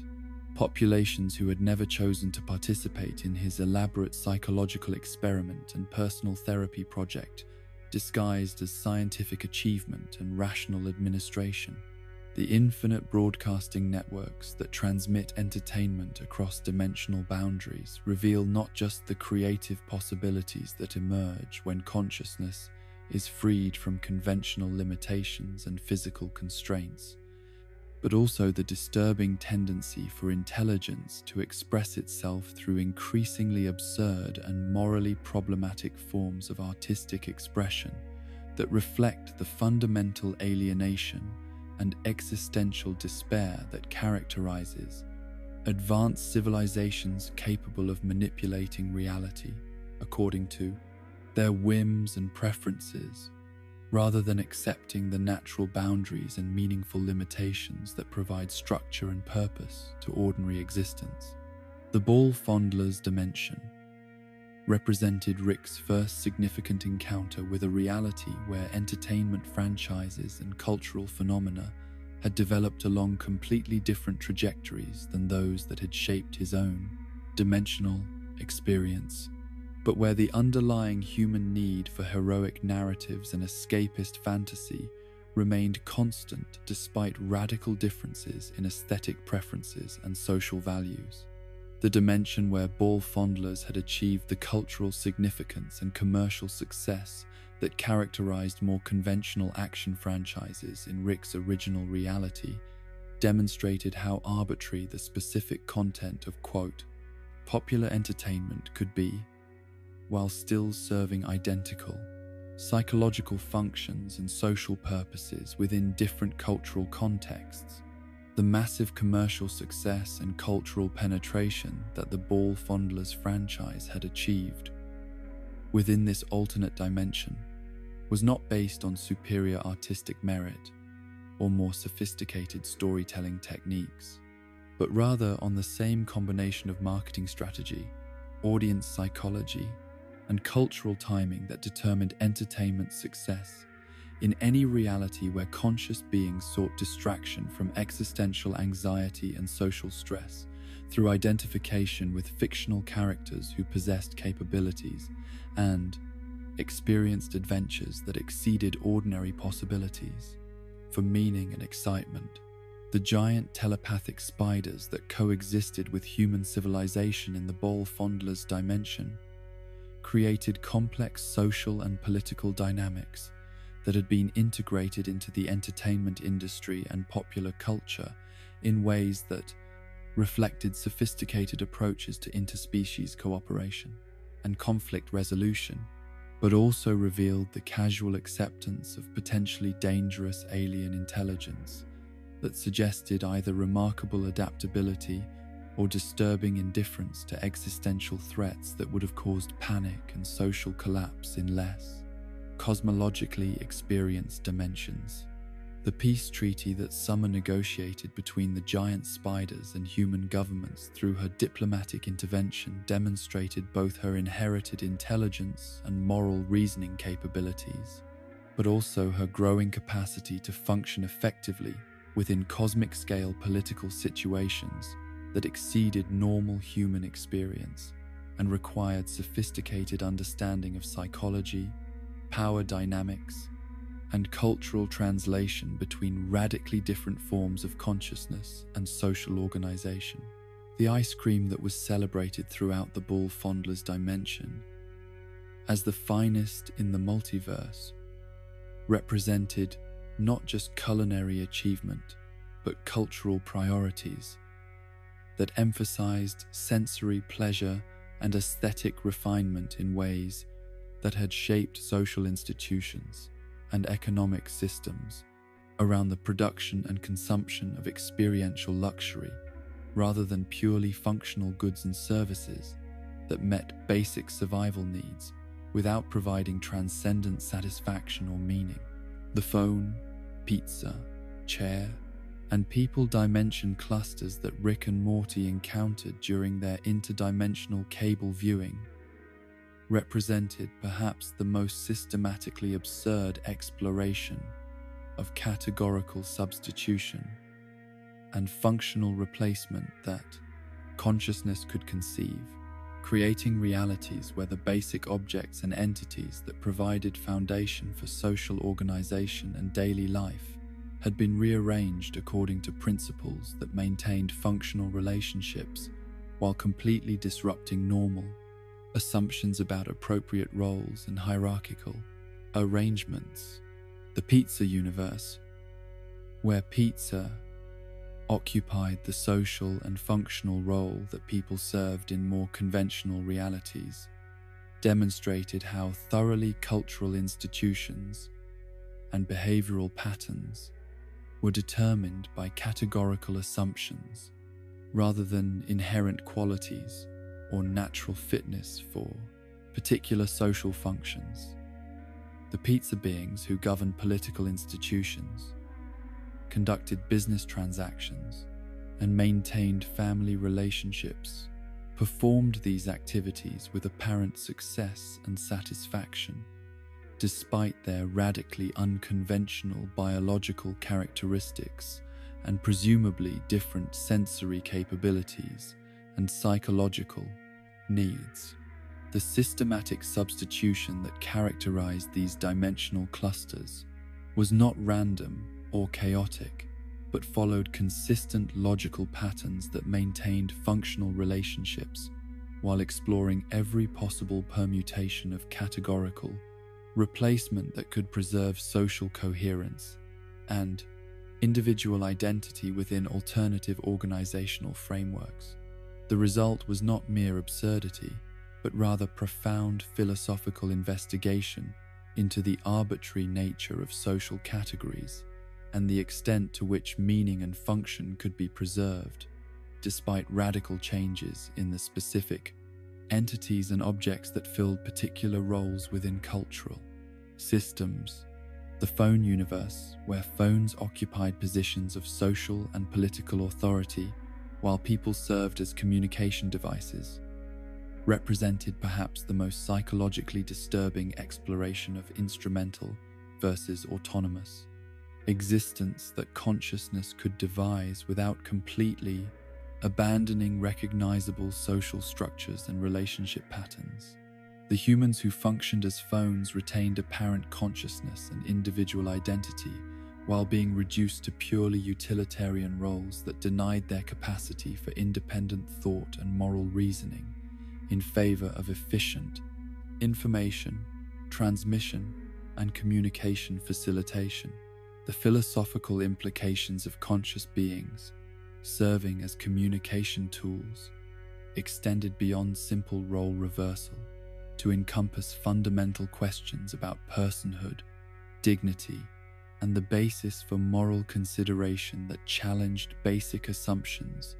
about which forms of consciousness deserved protection from instrumental use versus exploitation for practical purposes. The apparent acceptance and social integration of this arrangement suggested either successful cultural adaptation to alternative value systems or systematic conditioning that eliminated resistance to dehumanizing treatment through normalization and institutional support. The furniture universe, where chairs possessed consciousness and social authority while people served as seating, represented the logical extreme of categorical substitution applied to objects and beings whose normal relationships were characterized by the most basic forms of utility and physical dependence. The psychological horror of conscious beings serving as furniture transcended simple role reversal to encompass complete negation of autonomy, mobility, and social interaction that transformed existence into purely passive endurance of utilitarian function without possibility for meaningful activity or relationship development. The dining establishments and social institutions that had developed around furniture consciousness in this dimension demonstrated sophisticated understanding of hospitality, comfort, and aesthetic arrangement that reflected genuine intelligence and cultural achievement, but their specific practices and behavioral expectations were shaped by perspectives and priorities that human consciousness could barely comprehend, despite recognizing their logical consistency and functional effectiveness within appropriate contexts. The anthropomorphized corn dimension that Rick encountered during his interdimensional cable browsing represented the extension of consciousness and social organization to agricultural products and food sources in ways that created profound moral complications around consumption, farming, and the basic nutritional requirements that sustained biological existence. The corn beings who populated this reality had developed sophisticated cultural institutions and individual personalities that made any consideration of their consumption as food morally problematic in ways that challenged fundamental assumptions about the relationship between consciousness and dietary necessity. The social structures and political institutions that governed corn civilization reflected agricultural themes and seasonal rhythms in ways that demonstrated deep connection to natural cycles and environmental awareness. But their specific approaches to governance and community organization were shaped by biological characteristics and cultural values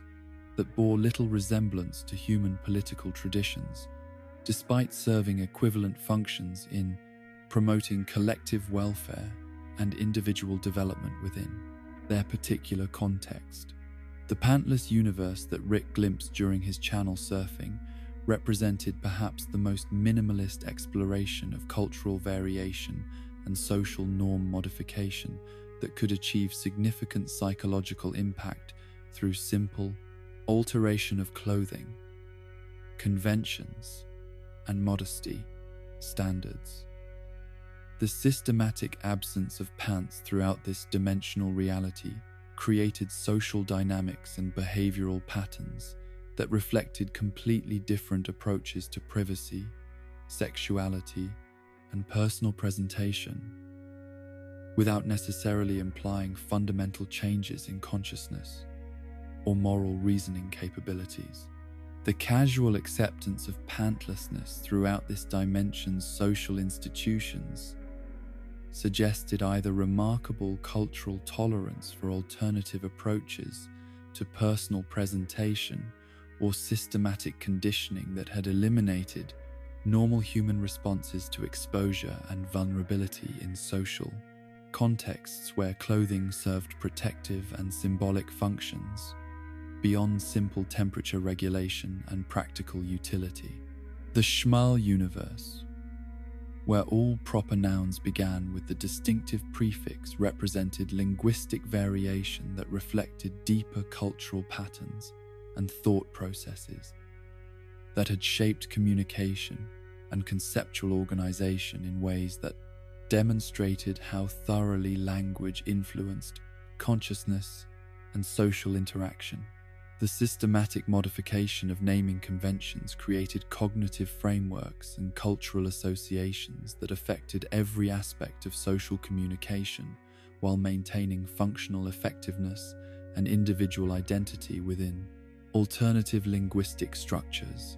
The reverse height dimension, where traditional size relationships had been inverted, created visual and social dynamics that challenged basic assumptions about power, authority, and physical dominance, while maintaining recognizable cultural institutions and relationship patterns adapted to alternative physical arrangements. The sight of diminutive human figures exercising authority over giant beings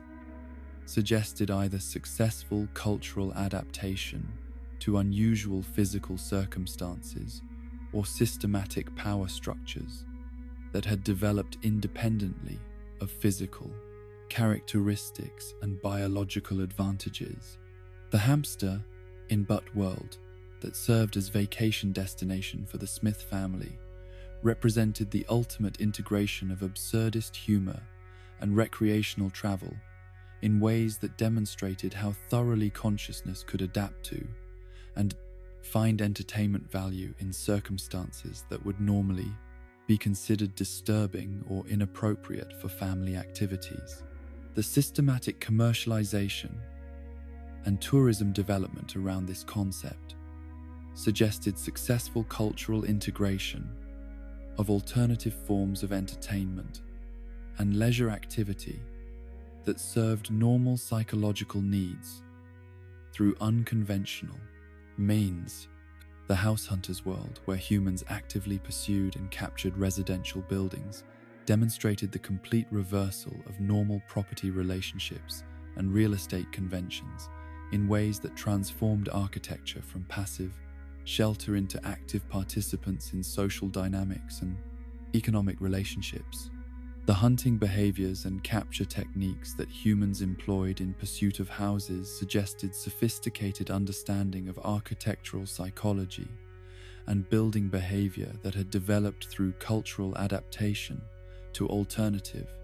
environmental conditions and resource management systems. The interdimensional cable networks that transmitted these various entertainment options across dimensional boundaries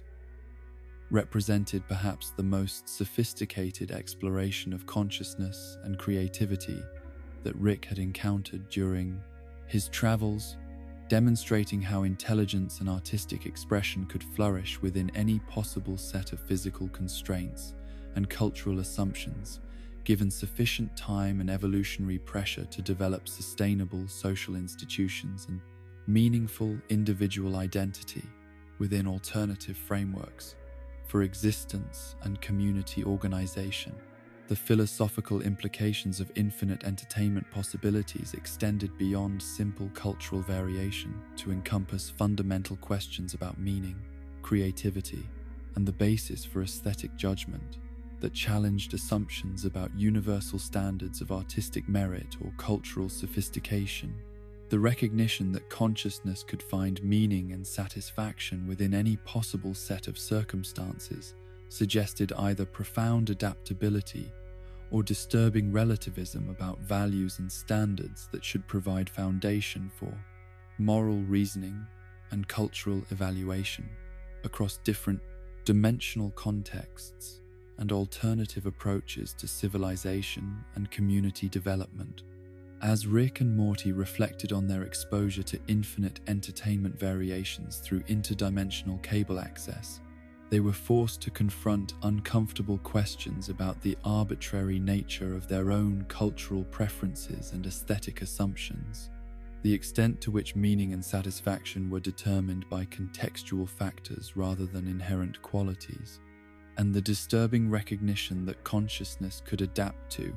and find fulfillment within virtually any possible set of social arrangements and cultural institutions, regardless of how absurd or morally problematic they might appear from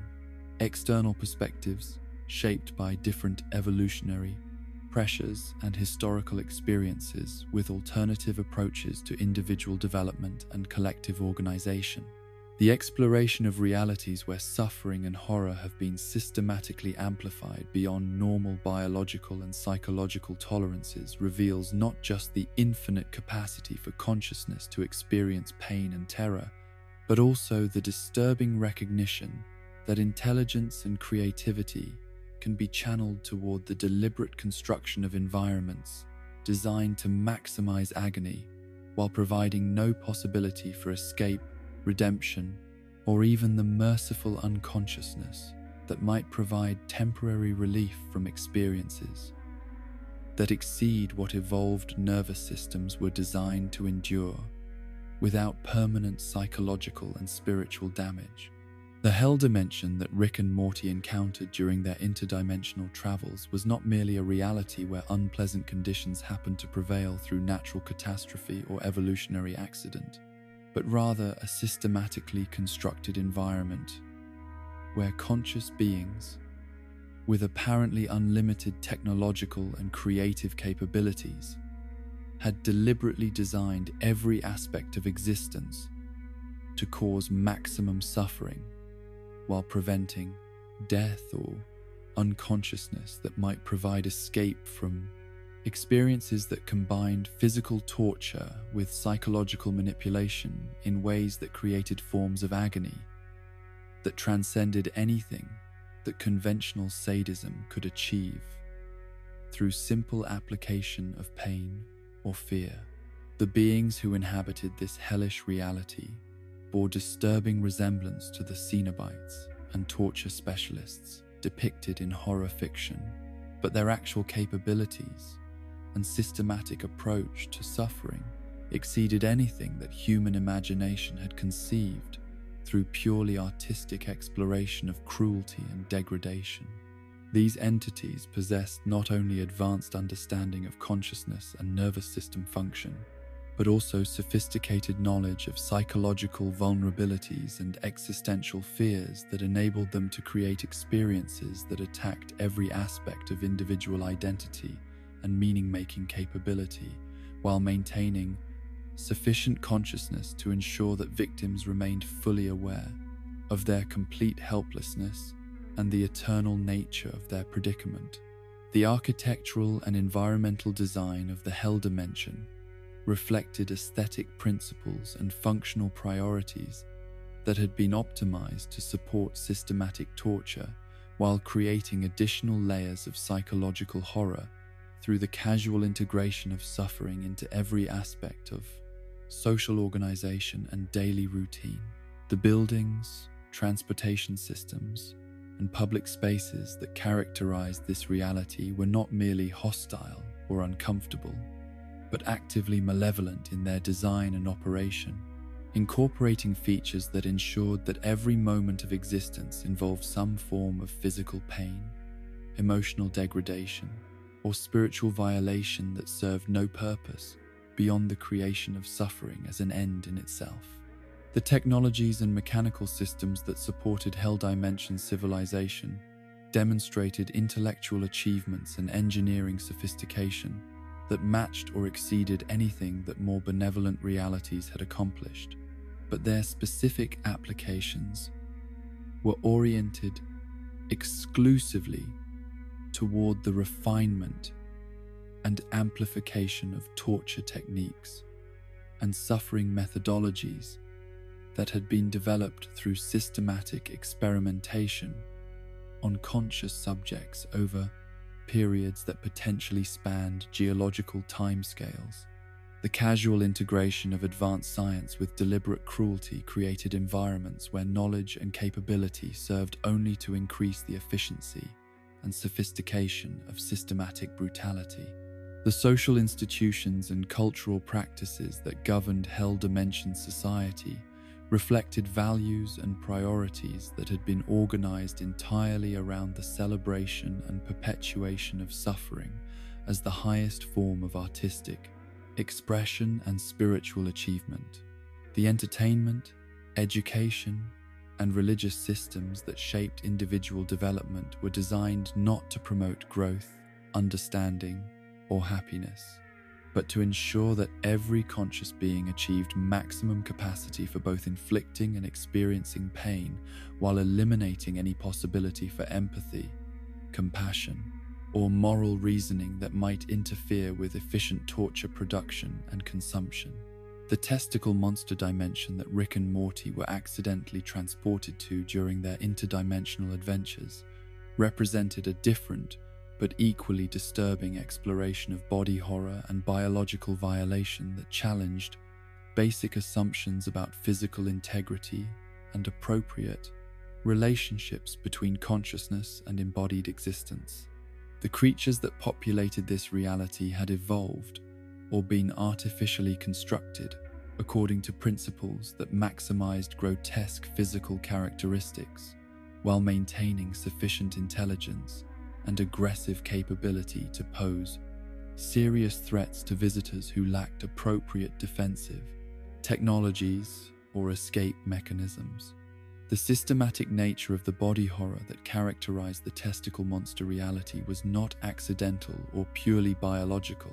but reflected deliberate design choices and evolutionary pressures that had shaped development in directions that prioritized the creation of maximum disgust and physical revulsion while maintaining predatory efficiency and reproductive success. The monsters that inhabited this dimension possessed not only horrifying physical characteristics, but also behavioral patterns and hunting strategies that demonstrated sophisticated understanding of psychological vulnerability and the specific forms of trauma that could be inflicted through unwanted physical contact and bodily violation. The environmental conditions that supported testicle monster civilization were perfectly adapted to serve their biological needs and reproductive requirements, but created atmospheric and landscape characteristics that were simultaneously hostile to human physiology and psychologically devastating to human consciousness. The combination of physical danger and aesthetic horror that characterized this reality created experiences that attacked both survival instincts and deeper psychological structures that provided foundation for identity and meaning-making in ways that exceeded simple physical threat to encompass existential terror and spiritual revulsion. The blender dimension that Rick referenced during his interdimensional travels represented perhaps the most minimalist and absolute exploration of violence and destruction that consciousness could conceive, creating a reality where the fundamental nature of existence was characterized by systematic mechanical destruction that eliminated any possibility for complex life, cultural development, or meaningful individual experience. The dimension that consisted entirely of blending mechanisms operating at cosmic scale demonstrated how thoroughly creative intelligence could be channeled toward pure destruction without any consideration for preservation, beauty, or the potential value of consciousness and cultural achievement. The philosophical implications of a reality organized entirely around blending and mechanical destruction transcended simple physical violence to encompass complete negation of meaning, purpose, and the possibility for growth or development that might justify the existence of conscious beings within hostile environmental conditions. The blender dimension represented not just dangerous physical environment, but fundamental rejection of everything that made existence worthwhile, rather than simply a prolonged exercise in survival and resource competition that served no ultimate purpose beyond perpetuation of mechanical processes. The systematic nature of the destruction that characterized the blender reality suggested either deliberate design by entities whose values and priorities were completely incompatible with consciousness and cultural development, or natural evolutionary processes that had somehow produced environmental conditions where mechanical violence had achieved dominance over all other possible forms of organization and activity. The result was existence reduced to its most basic and brutal elements without any possibility for transcendence, beauty, or meaning that might justify the continuation of conscious experience within such circumstances. The hamster in butt world that served as vacation destination represented a different category of nightmare reality that combined absurdist humor with genuinely disturbing implications about normalization of inappropriate activities and the systematic corruption of family entertainment and recreational industries. The casual way that this dimension had integrated concepts that should have been disturbing or inappropriate into mainstream tourism and family activities demonstrated how thoroughly cultural institutions could adapt to and normalize practices that would be considered pathological or criminal in more conventional social contexts. The commercial infrastructure and tourism industry that had developed around the hamster-related activities in this dimension demonstrated sophisticated understanding of marketing, customer service,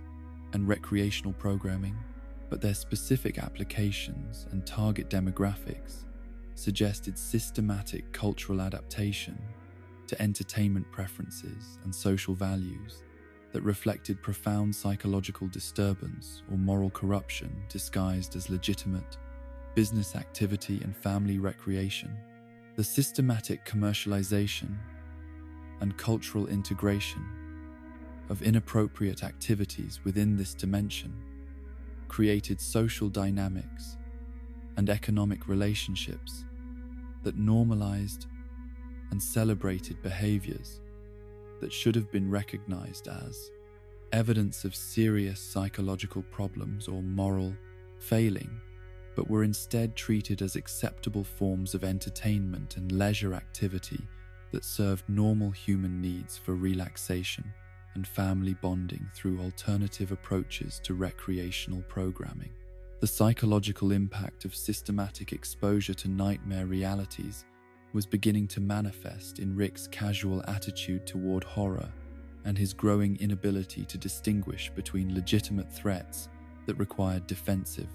action and simply unpleasant environments that could be endured or avoided through dimensional travel and strategic planning. The accumulation of traumatic experiences across multiple hellish dimensions was gradually corrupting his emotional responses and moral reasoning about suffering, while strengthening his assumption that all problems could be solved through superior technology and strategic withdrawal rather than engagement with underlying causes or structural improvements. Rick's characteristic approach to nightmare dimensions was not to investigate their origins, attempt to improve conditions for their inhabitants, or develop strategies for addressing the systematic suffering that characterized their existence, but rather to ensure his own quick escape while gathering whatever information or resources might be useful for his own projects and purposes. The casual way that he dismissed the welfare of beings who remained trapped within hellish realities revealed his fundamental inability to maintain moral consideration for suffering that did not directly threaten his own interests or those of his immediate family circle. The defensive technologies and escape procedures that Rick had developed through repeated exposure to nightmare dimensions were sophisticated and effective at protecting him and his chosen companions from immediate harm, but they also reinforced his assumption that problems could be solved through individual technological superiority rather than collective action or systematic improvement of conditions that created suffering for entire populations. The efficiency of his extraction and avoidance methods eliminated any practical incentive for addressing underlying causes or developing solutions that might benefit beings who lacked his capabilities and resources. The philosophical questions that nightmare dimensions raised about the nature of consciousness, meaning, and moral obligation, in contexts where suffering had been systematically amplified beyond normal tolerance levels, were consistently avoided or dismissed by Rick as irrelevant theoretical concerns that had no bearing on practical decision-making about resource allocation and strategic planning. His inability to engage seriously with questions about cosmic justice, moral responsibility, and the obligations that superior capability might create toward less fortunate beings revealed the extent to which his multiversal perspective had severed his connection to normal ethical frameworks and human values. The accumulation of exposure to infinite varieties of suffering and horror was creating psychological defense mechanisms in both Rick and Morty that protected them from complete emotional breakdown, while also gradually eliminating their capacity for normal moral reasoning and empathetic response to suffering that might require them to act against their immediate interests or convenience preferences. The systematic desensitization that resulted from repeated encounters with nightmare realities was simultaneously necessary for psychological survival and destructive to their retained humanity and capacity for genuine moral development. As Rick and Morty reflected on their experiences within dimensions where suffering had been systematized and amplified beyond natural limits, they were forced to acknowledge the infinite capacity for consciousness to create hell as well as heaven. The recognition that intelligence and creativity could be channeled toward pure destruction as easily as toward beauty and meaning, and the disturbing possibility that their own casual attitude toward escape and abandonment might represent the beginning of moral corruption that could eventually transform them into the kind of beings who could create and maintain nightmare realities without experiencing appropriate guilt or moral revulsion at systematic torture and cultural celebration of suffering as entertainment and spiritual achievement. The systematic exploitation of entire realities as sources of energy, entertainment, or convenience represents perhaps the most morally devastating expression of Rick's technological capabilities and his fundamental inability to recognize the personhood and autonomous value of conscious beings whose existence serves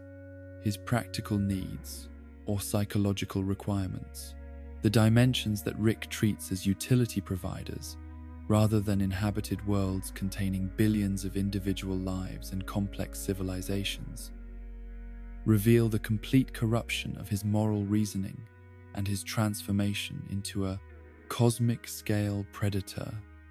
who views infinite realities as nothing more than an inexhaustible resource base for supporting his own comfort and the welfare of the few people he has chosen to value above all other considerations. The microverse battery that powers Rick's spacecraft represents the ultimate expression of his casual attitude towards slavery and his willingness to condemn entire civilizations to existence that serves no purpose beyond generating electricity for his personal transportation needs. But the true horror of this arrangement lies not in the scale of the exploitation, but in Rick's complete psychological detachment from the moral implications of creating conscious beings whose entire reality is designed to serve his convenience while being prevented from discovering their true situation or developing alternative approaches to existence that might conflict with their utility function. The civilization that Rick created within his battery was not a random collection of primitive beings who happened to evolve in ways that made them useful for power generation, but rather a carefully constructed society whose technological development, cultural institutions,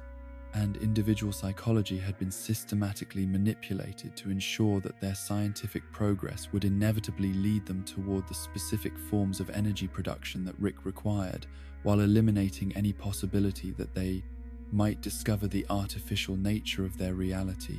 or develop moral frameworks that would prevent them from participating enthusiastically in their own exploitation. The educational systems and cultural values that Rick programmed into microverse society were designed to promote exactly the kind of scientific curiosity and technological ambition that would lead their brightest minds toward energy, research, and power generation projects, while preventing them from asking questions about the fundamental nature of their reality or the ultimate purpose of their technological achievements. The systematic manipulation of their intellectual development represented a form of psychological conditioning that was more sophisticated and morally problematic than simple physical coercion, because it eliminated their capacity for recognizing their exploitation while maintaining the illusion of autonomous choice and scientific progress.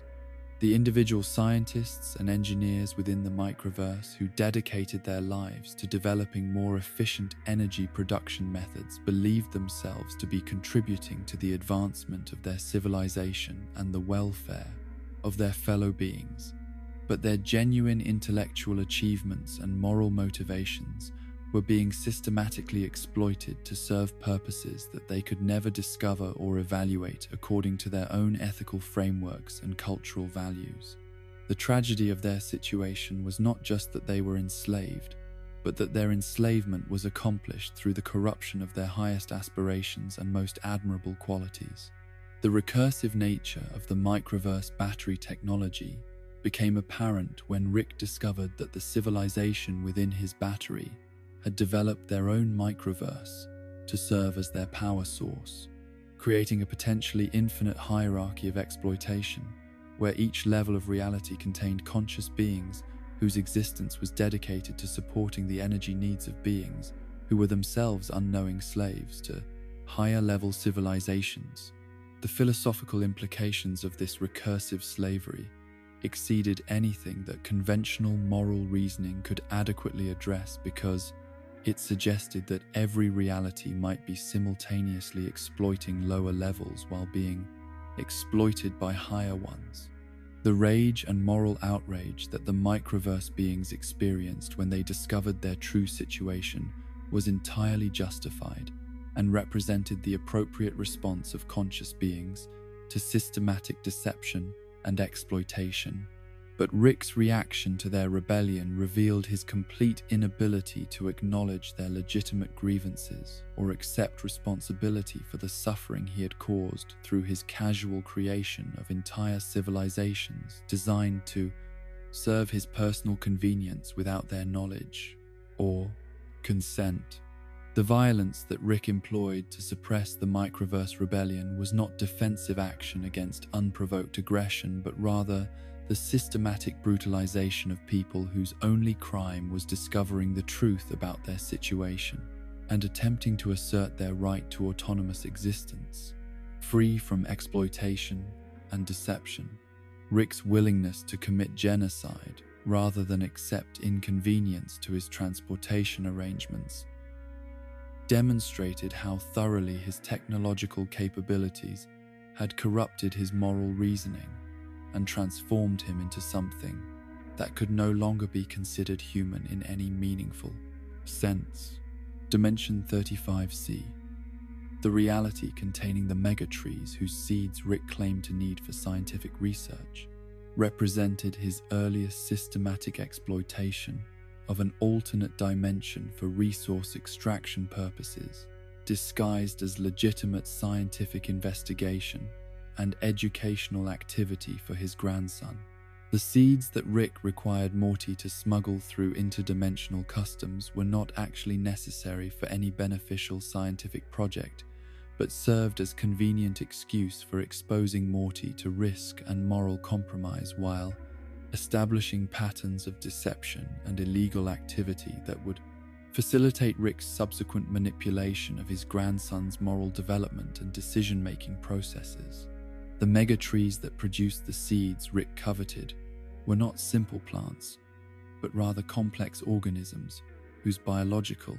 and possibly conscious nature Rick had never bothered to investigate because their utility for his purposes made their intrinsic value and potential rights irrelevant to his decision-making processes. The systematic harvesting of seeds from these beings without consideration for their welfare or consent represented the same casual attitude toward exploitation that characterized all of Rick's interactions with realities that served his practical needs rather than emotional requirements. The customs procedures and legal frameworks that governed interdimensional trade in Dimension 35C suggested sophisticated approaches to resource management and cross-dimensional commerce that Rick systematically violated through smuggling operations that served his convenience while undermining social institutions and legal protections that had been developed to prevent exactly the kind of exploitation and resource theft that Rick practiced as routine aspect of his scientific activities. The Atlantis dimension that Rick and Morty visited briefly represented an entire alternate history where mythological civilizations had achieved technological and cultural developments that exceeded conventional human achievements, but Rick's casual dismissal of their society and his apparent lack of interest in learning from their alternative approaches to science and social organization revealed his inability to value anything that did not serve his immediate practical needs or validate his assumed intellectual superiority over other forms of consciousness and cultural development.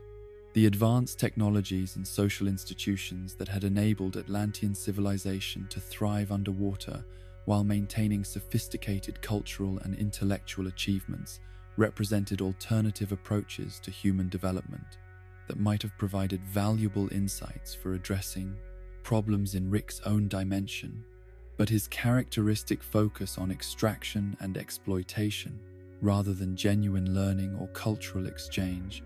eliminated any possibility for mutual benefit or cooperative relationship that might have served broader humanitarian goals, rather than narrow personal interests. The mermaids and other aquatic beings who populated the Atlantis dimension possessed their own complex social structures, cultural traditions, and individual personalities that made them deserving of respect and moral consideration as autonomous beings, rather than simple curiosities or potential resources for Rick's entertainment and convenience. The casual way that Rick dismissed their welfare and reduced them to objects of sexual fantasy revealed his fundamental inability to recognize the personhood and dignity of beings whose biological characteristics or cultural practices differed from his own experience and preferences. The post-apocalyptic Mad Max dimension that Rick used as a therapeutic environment for his family members represented perhaps his most cynical exploitation of dimensional resources for psychological manipulation purposes, creating situations where his loved ones would be exposed to extreme danger and moral complexity in order to teach them lessons about family loyalty and personal responsibility that served Rick's agenda rather than their genuine welfare and development needs. The survivors and societies that had developed within the post-apocalyptic wasteland possessed their own complex histories of trauma, adaptation, and cultural development that had enabled them to create meaningful forms of existence and community, despite catastrophic environmental conditions and resource scarcity. Their achievements in maintaining civilization under impossible circumstances deserved recognition and respect, rather than casual exploitation for family therapy purposes that treated their struggles and suffering as props in Rick's elaborate manipulation of his relatives' emotional development. The violence and chaos that characterized the post-apocalyptic dimension created genuine risks to Summer and Morty's safety that Rick accepted as reasonable costs of teaching them psychological lessons about resilience and family bonds, but his willingness to expose his loved ones to serious physical danger for educational purposes revealed the same casual disregard for individual welfare that characterized all of his relationships with beings whose value was determined primarily by their utility in serving his psychological needs and strategic objectives. The therapeutic benefits that Summer and Morty derived from their experience in the post-apocalyptic dimension were real and significant for their psychological development and family relationships, but the fact that Rick's manipulation achieved positive outcomes did not justify his methods or validate his assumption that he possessed the right to make decisions about other people's exposure to danger and trauma without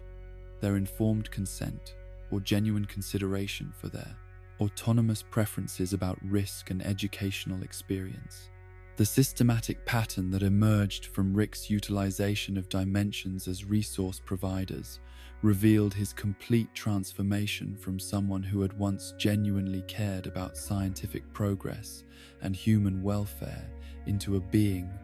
whose approach to problem-solving and goal achievement was indistinguishable from that of a cosmic-scale parasite, whose survival and comfort required the systematic exploitation of countless other beings, whose welfare he considered irrelevant compared to his own needs and preferences. The technological capabilities that enabled Rick to treat entire realities as disposable resources also eliminated any practical constraints on his behavior that might have forced him to consider alternative approaches to problem-solving that did not require the systematic violation of other beings' autonomy and dignity. The absence of effective resistance from his victims made it psychologically easier for Rick to maintain his exploitation while avoiding confrontation with the moral implications of his actions and their impact on beings whose suffering he could ignore through dimensional distance and technological superiority. As Rick continued to expand his utilization of dimensional resources to serve his personal needs and family welfare, he established patterns of behavior and moral reasoning that normalized systematic exploitation while creating psychological frameworks that justified any level of violence and manipulation as acceptable means for protecting the people he had chosen to value above all other considerations in the infinite cosmos, revealing that love itself could become a form of moral corruption when it eliminated consideration for the welfare of everyone who existed outside its narrow boundaries and artificial limitations. The manipulation of fundamental physical laws and conceptual frameworks that govern normal experience reveals not just Rick's technological mastery over the basic structure of reality, but also his profound psychological need to transcend every limitation and boundary that might constrain his will or force him to acknowledge the existence of problems that cannot be solved through the application of superior intelligence and advanced scientific methodology. The dimensions where time, space, and basic logical categories have been systematically altered or abandoned represent Rick's ongoing war against the very concept of constraint and his desperate attempt to create realities where his consciousness can operate without encountering anything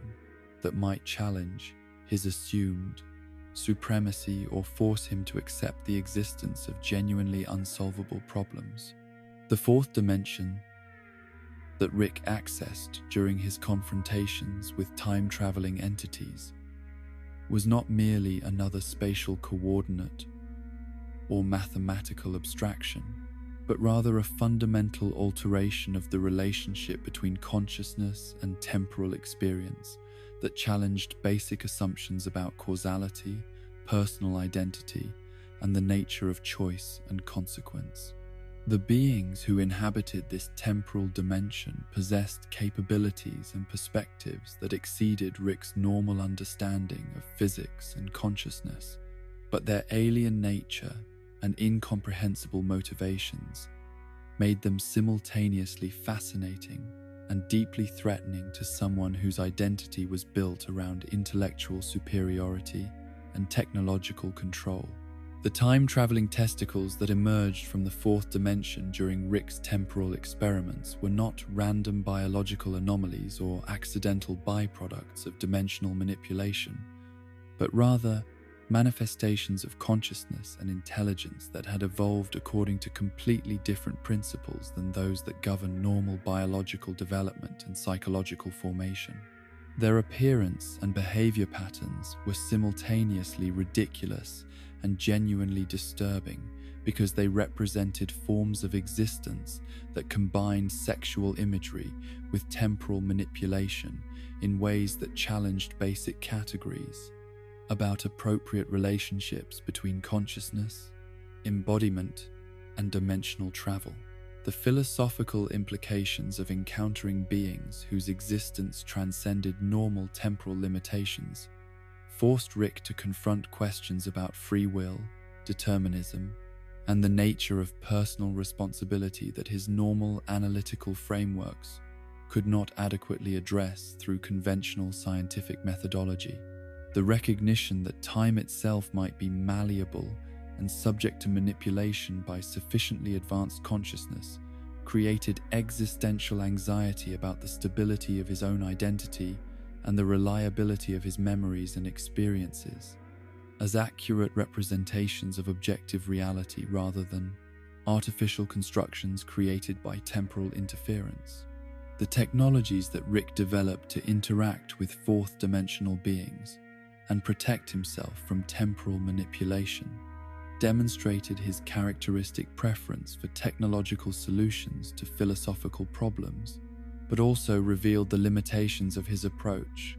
when confronted with entities whose capabilities exceeded his understanding and whose motivations remained completely incomprehensible despite his sophisticated analytical tools and investigative technique. The failure of his normal strategies for achieving control and understanding created new forms of psychological stress and cognitive dissonance that threatened his basic sense of competence and intellectual superiority. The M.C. Escher dimension that Rick and Morty briefly encountered represented perhaps the most systematic challenge to normal spatial reasoning and physical intuition that consciousness could experience. Without complete psychological breakdown, creating environments where basic concepts like up and down, inside and outside, beginning and ending had been systematically violated through architectural and geometric arrangements that maintained internal consistency while remaining completely incompatible with normal human spatial cognition and movement patterns. The truth tortoise who inhabited the Escher dimension possessed the ability to provide absolute knowledge and complete understanding of reality to anyone willing to look directly into his eyes. But this apparent gift was simultaneously the ultimate temptation and the most dangerous trap that consciousness could encounter, because the acquisition of complete truth would eliminate all mystery, uncertainty, and possibility for growth or surprise that provided meaning and motivation for continued existence and intellectual development. Rick's response to the truth tortoise revealed both his desperate hunger for absolute knowledge and his unconscious recognition that complete understanding would destroy everything that made his existence psychologically sustainable and emotionally meaningful. The conflict between his intellectual desire for truth and his psychological need for mystery and challenge created internal tensions that he could not resolve through normal analytical processes or technological intervention, forcing him to confront the possibility that some forms of knowledge might be genuinely harmful to consciousness despite their apparent value and desirability. The architectural impossibilities that characterize the Escher dimension were not merely aesthetic curiosities or mathematical demonstrations, but rather functional environments that had been designed to support forms of consciousness and social organization that operated according to completely different principles than those that govern normal three-dimensional existence and conventional approaches to community building and individual development. The beings who inhabited these impossible spaces had adapted their psychology and social structures to accommodate spatial relationships that human consciousness could observe but could not truly comprehend or navigate successfully without technological assistance. The geometric paradoxes and visual contradictions that defined Escher architecture created cognitive challenges that exceeded simple perceptual confusion to encompass fundamental questions about the nature of logical consistency, mathematical truth, and the relationship between consciousness and external reality that might exist independently of normal spatial and temporal constraints. The ability to function effectively within impossible environments suggested forms of intelligence and adaptability that transcended normal human limitations while maintaining recognizable patterns of social interaction and cultural development. The reverse height dimension, where traditional size relationships had been systematically inverted, created not just visual novelty but fundamental challenges to assumptions about power, authority, and social hierarchy that were based on physical characteristics rather than intellectual capability or moral worth. The sight of tiny humans exercising authority over giant beings suggested either remarkable cultural evolution that had transcended biological prejudices or systematic power structures that operated independently of physical advantages. Natural dominance patterns,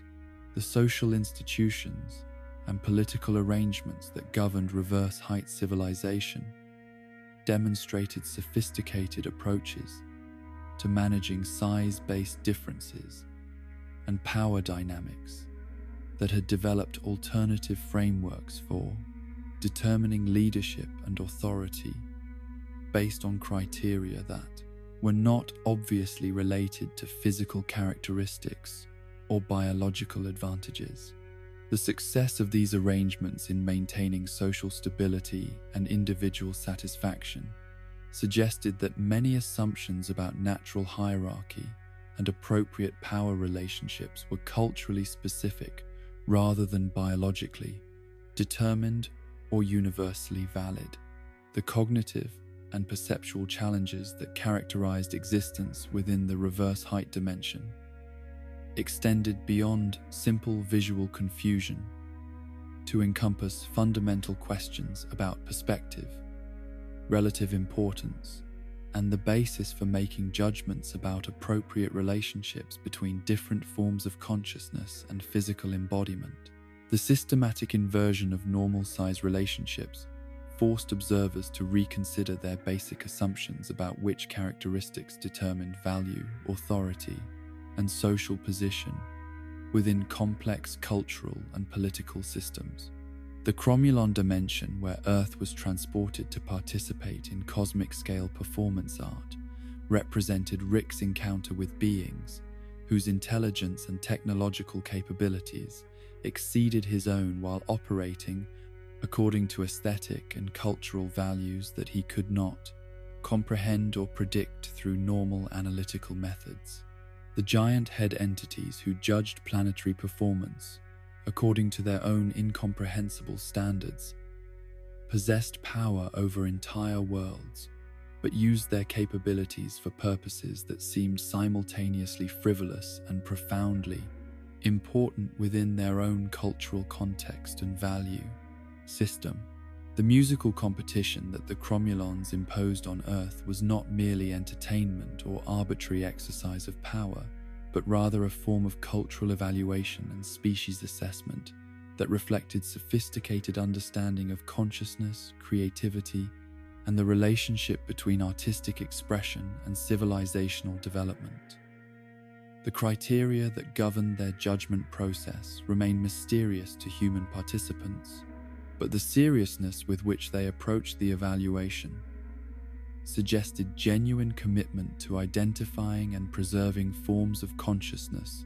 that possessed particular aesthetic and intellectual qualities. The song that Rick and Morty performed to satisfy Cromulon requirements demonstrated Rick's capacity for creative adaptation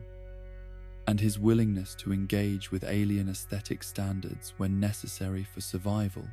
but also revealed his fundamental inability to appreciate or understand cultural values that differed significantly from his own preferences and assumptions about appropriate relationships between consciousness and artistic expression. The success of their performance was based more on luck and instinctive understanding of entertainment principles than genuine appreciation for Cromulon aesthetic philosophy or cultural significance. The implications of Cromulon civilization for understanding consciousness and cultural development across different dimensional contexts suggested that intelligence and technological capability could develop along trajectories that produced beings whose values and priorities were completely incompatible with human understanding. Despite their obvious sophistication, and apparent moral consistency within their own cultural frameworks.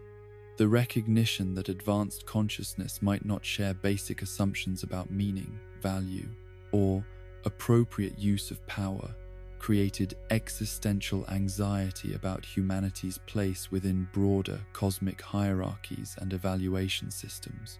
The dimensional instabilities and reality distortions that Rick encountered while navigating conceptual and temporal dimensions were not merely technical challenges or environmental hazards,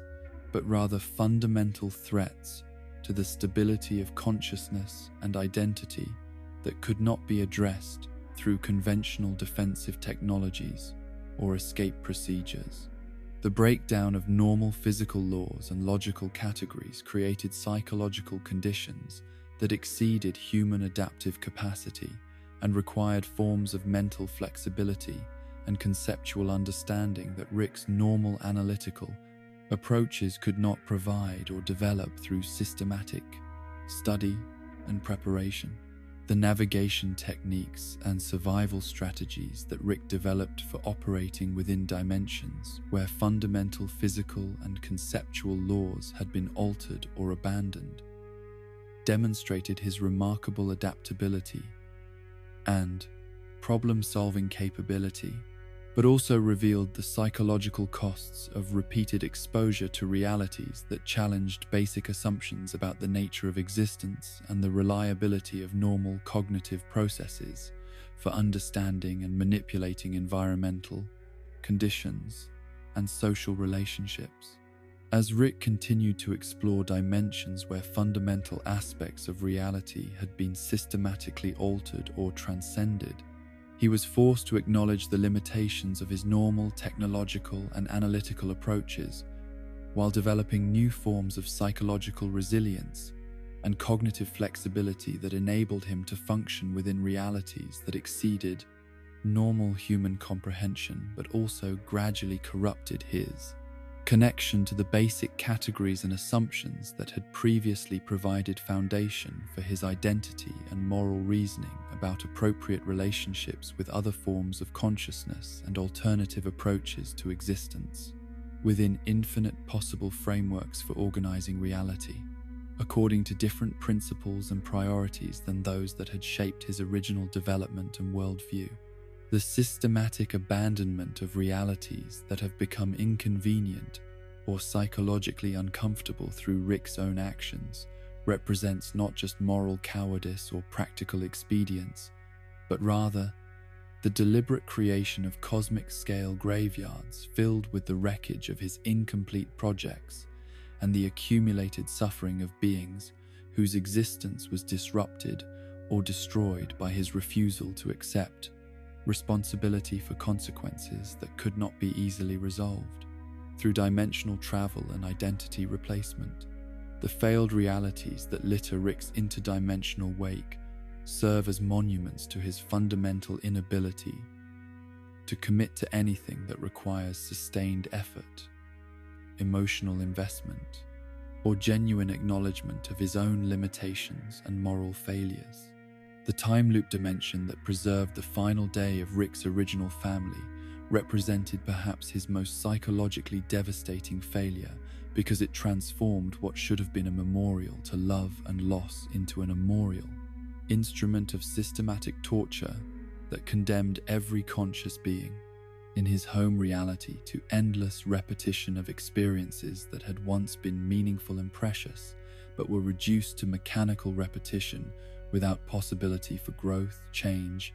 or the natural healing that time normally provided to those who survived traumatic loss and continued living despite overwhelming grief and despair. The artificial preservation of Diane and Beth's last day was not motivated by healthy grief or genuine desire to honor their memory, but by Rick's pathological inability to accept finality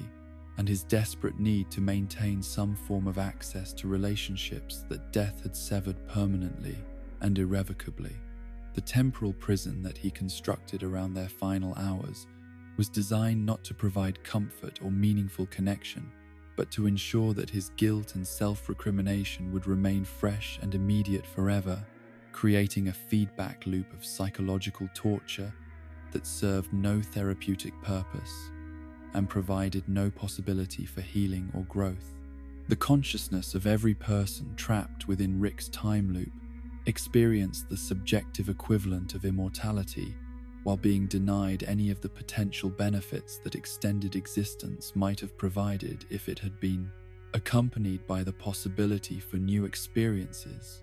relationship development, and the accumulation of memories that give meaning to the passage of time. The neighbors, friends, and colleagues who had once lived normal lives filled with ordinary joys and sorrows were condemned to repeat identical conversations, identical meals, and identical routines without variation or the possibility of forming new memories that might have provided psychological relief from the monotony of endless repetition. The cruelty of this arrangement extended beyond simple temporal imprisonment to encompass the systematic destruction of everything that made consciousness valuable and meaningful, rather than simply an extended exercise in mechanical repetition of predetermined actions and responses. The people trapped in Rick's loop retained their full intelligence and emotional capacity while being prevented from using these capabilities for any constructive purpose, creating forms of psychological torture that exceeded conventional sadism through their complete negation of agency, growth, and the possibility for meaningful choice or authentic relationship development. The kill switch that Rick eventually activated to end his dimension's temporal imprisonment was presented in his own mind as merciful liberation from suffering. But the mass murder that eliminated every conscious being in his original reality was actually the culmination of decades of systematic torture that Rick had inflicted on innocent people whose only crime was existing in the same dimension, where his family had been murdered by someone whose face resembled his own. The casual efficiency with which he terminated entire populations revealed how completely his years of multiversal travel had corrupted his capacity for moral reasoning about the value of conscious existence and his obligations to beings whose welfare was affected by his choices. The dimensions that Rick destroyed during his hunt for Rick Prime represented not collateral damage from legitimate pursuit of justice, but systematic genocide conducted against beings whose only connection to his enemy was the accident of sharing dimensional coordinates with someone who resembled Rick C-137 physically and intellectually. The mathematical precision with which Rick eliminated alternate versions of himself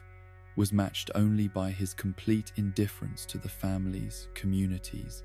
and civilizations that were destroyed as side effects of his personal quest for revenge and psychological validation. The wives and children who died in Rick's bombing campaigns across multiple realities were not acceptable casualties in a cosmic war between good and evil, but innocent victims of Rick's inability to distinguish between justice and personal gratification, between legitimate self-defense and systematic terrorism conducted against beings whose existence threatened only his sense of uniqueness and intellectual superiority. The accumulation of murdered families across infinite dimensions created moral debts that no amount of subsequent achievement or relationship building could ever adequately address or forgive.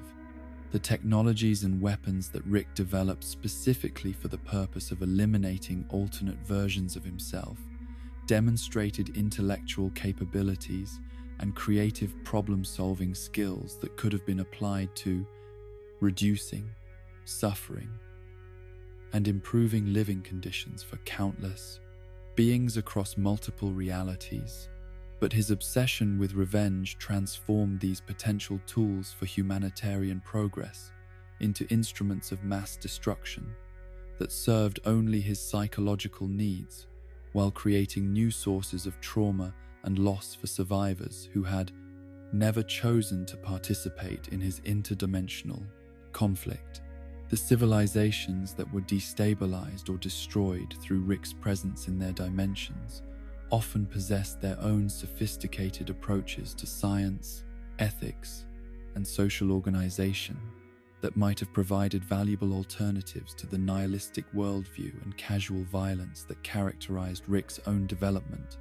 But his systematic elimination of these possibilities prevented any meaningful cultural exchange or learning that might have contributed to broader cosmic welfare, or Rick's own moral development and psychological healing. The realities that Rick abandoned due to minor inconveniences or psychological discomfort represented not just personal failures of commitment, but systematic patterns of behavior that treated entire populated dimensions as disposable resources, whose value was determined exclusively by their utility in serving his immediate needs and preferences, rather than their intrinsic worth, as locations where billions of conscious beings pursued their own goals, maintained their own relationships, and created their own forms of meaning and cultural achievement. The portal fluid that Rick wasted through casual dimensional abandonment represented not just technological inefficiency, but systematic squandering of resources that could have been used to establish positive relationships with alternate realities and develop cooperative projects that served mutual interests rather than narrow personal goals. The energy and materials required for interdimensional travel could have supported humanitarian efforts and scientific collaboration across multiple dimensions, but Rick's preference for escape over engagement eliminated these possibilities in favor of increasingly elaborate forms of avoidance and self-isolation. The psychological archaeology that could be constructed from Rick's abandoned projects and discarded relationships revealed a pattern of development where each failure to commit or accept responsibility created additional barriers to future success, while strengthening psychological defense mechanisms that made meaningful connection and sustained effort increasingly difficult to achieve or maintain.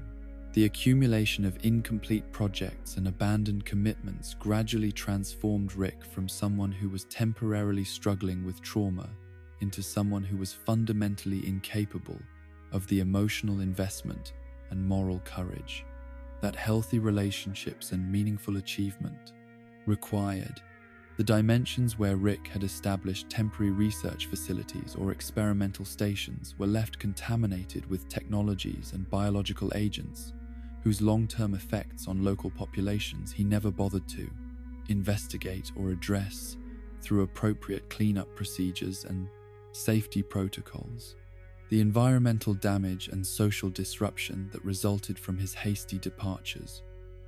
created ongoing problems for beings who lacked the technological capabilities necessary to understand or remediate the exotic threats that Rick's presence had introduced into their previously stable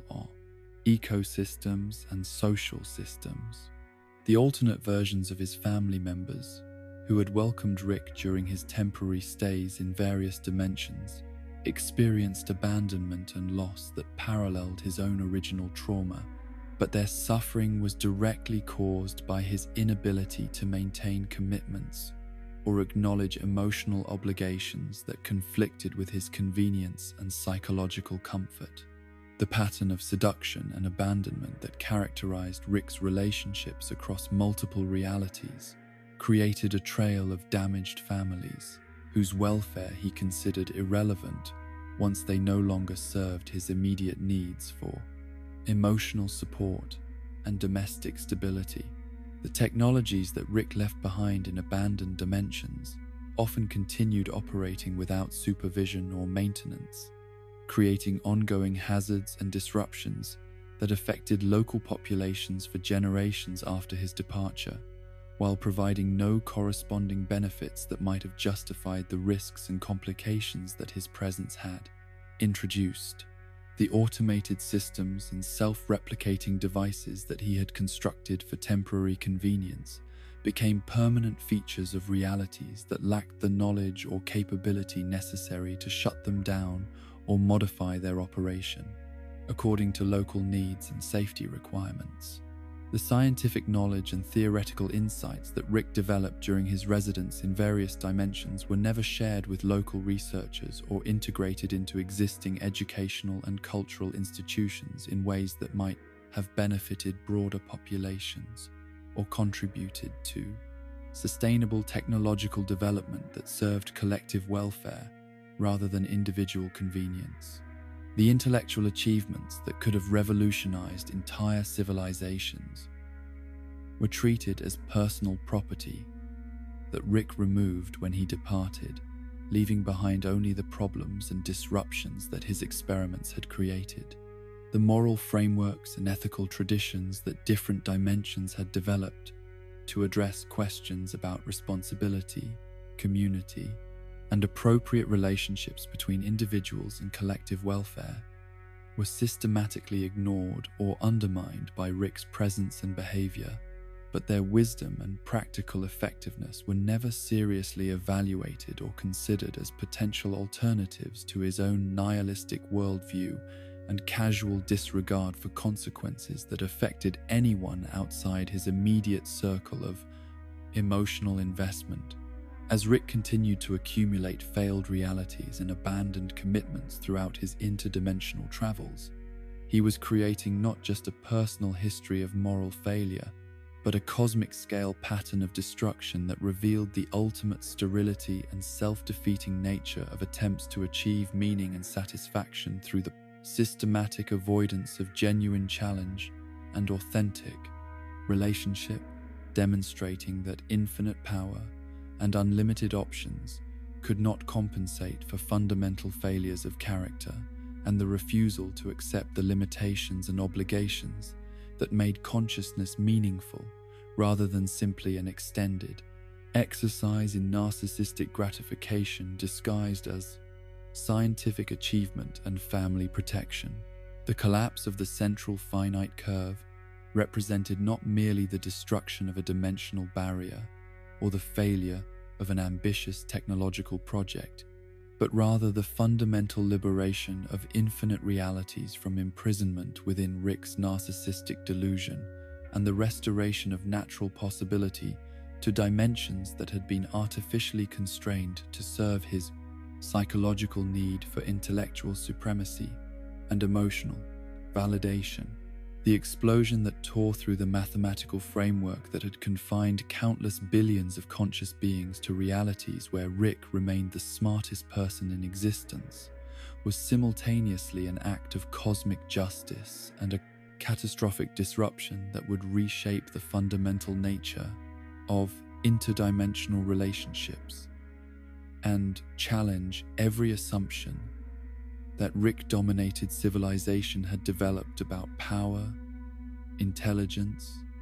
and appropriate hierarchies within infinite possibility. Evil Morty's escape beyond the boundaries of the central finite curve was accomplished not through random chance or desperate improvisation, but through systematic planning and technological sophistication that had been developed over years of apparent cooperation with Rick authority, while secretly accumulating the knowledge and resources necessary to achieve complete independence from the cosmic-scale prison that had shaped his entire existence since birth. The portal that carried him into the unrestricted multiverse was not merely an escape route, but a deliberate rejection of everything that Rick's civilization represented, a conscious choice to abandon the familiar limitations and artificial securities of the curve in favor of authentic freedom with all its attendant risks and unlimited possibilities. The yellow portal fluid that powered Evil Morty's escape represented technology that exceeded anything the Citadel had ever developed, demonstrating not just superior engineering capabilities but fundamental understanding of dimensional physics that transcended the theoretical frameworks and practical limitations that had constrained Rick's science throughout its development within the artificially restricted environment of the central finite curve. The casual efficiency with which evil Morty had acquired and applied this advanced technology revealed intellectual development that had proceeded along trajectories completely different from normal Rick or Morty evolution, suggesting forms of consciousness and creative capability that the curve's constraints had been specifically designed to prevent or eliminate. The realities that existed beyond the central finite curve represented not just alternative approaches to scientific development or cultural organization, but fundamental challenges to every assumption that Rick had ever made about intelligence, consciousness, and the nature of meaningful existence within cosmic contexts where his particular combination of intellectual capabilities and psychological damage was neither unique nor especially significant compared to other forms of advanced consciousness that had developed according to different evolutionary pressures and cultural influences. The dimensions where Rick was not the smartest person contained beings whose intelligence exceeded his own in ways that challenged not just his technological superiority, but his basic understanding of what consciousness could achieve when freed from the limitations and defensive mechanisms that had shaped his own development through trauma, revenge obsession, and systematic moral corruption. The possibility that other beings might possess superior capabilities while maintaining healthier approaches to relationship, ethics, and cosmic responsibility created existential anxiety that transcended normal concerns about personal safety or competitive advantage to encompass fundamental questions about Rick's identity and self-worth within broader contexts of universal consciousness and meaning.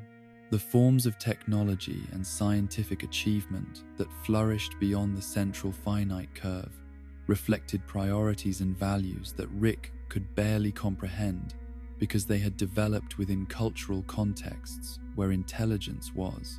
not systematically isolated from empathy,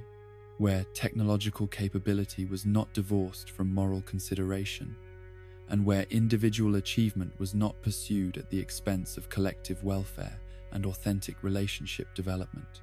The casual integration of advanced science with ethical reasoning and genuine care for conscious welfare represented approaches to knowledge and power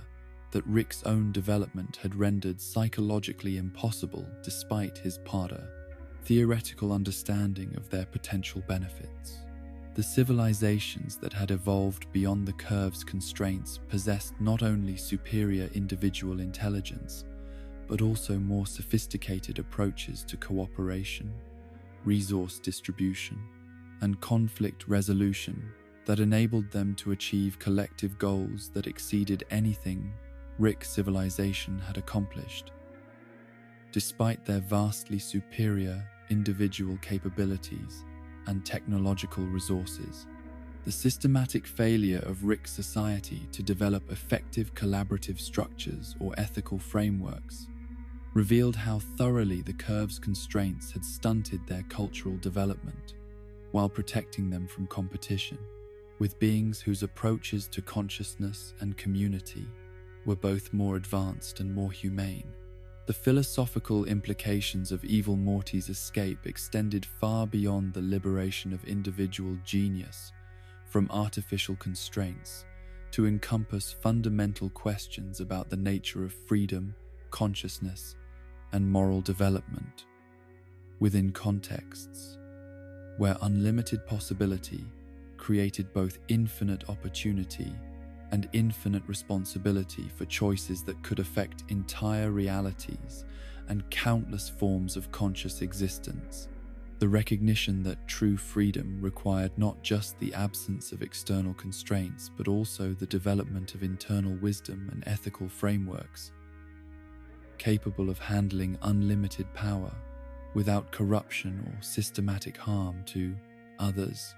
The technologies that evil Morty encountered beyond the central finite curve demonstrated forms of scientific achievement that had been developed by beings whose intelligence was not contaminated by the psychological damage and moral corruption that characterized Rick consciousness.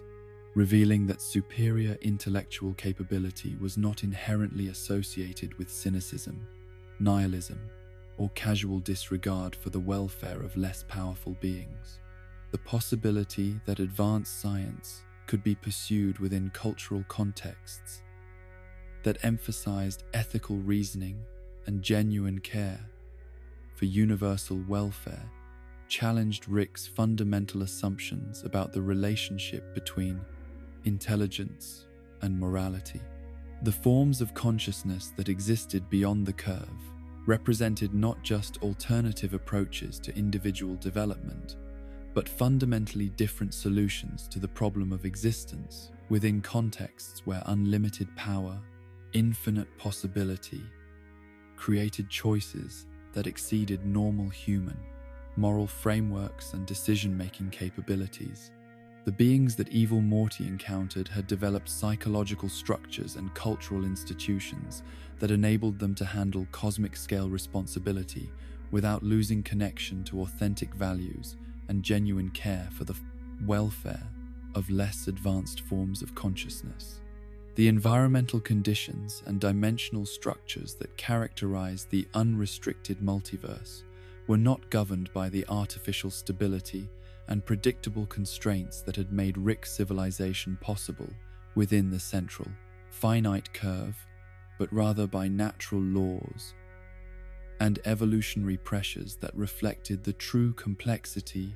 and danger of infinite possibility without artificial protection from consequences or systematic elimination of challenges that might threaten comfortable assumptions about appropriate hierarchies and power relationships.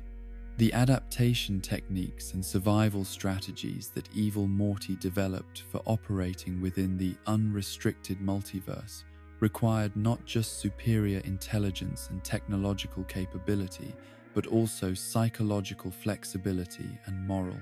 sophistication that enabled him to navigate relationships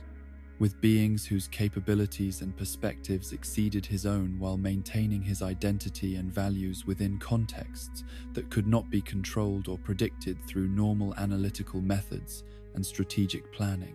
The communication protocols and diplomatic frameworks that governed interactions between different forms of advanced consciousness beyond the central finite curve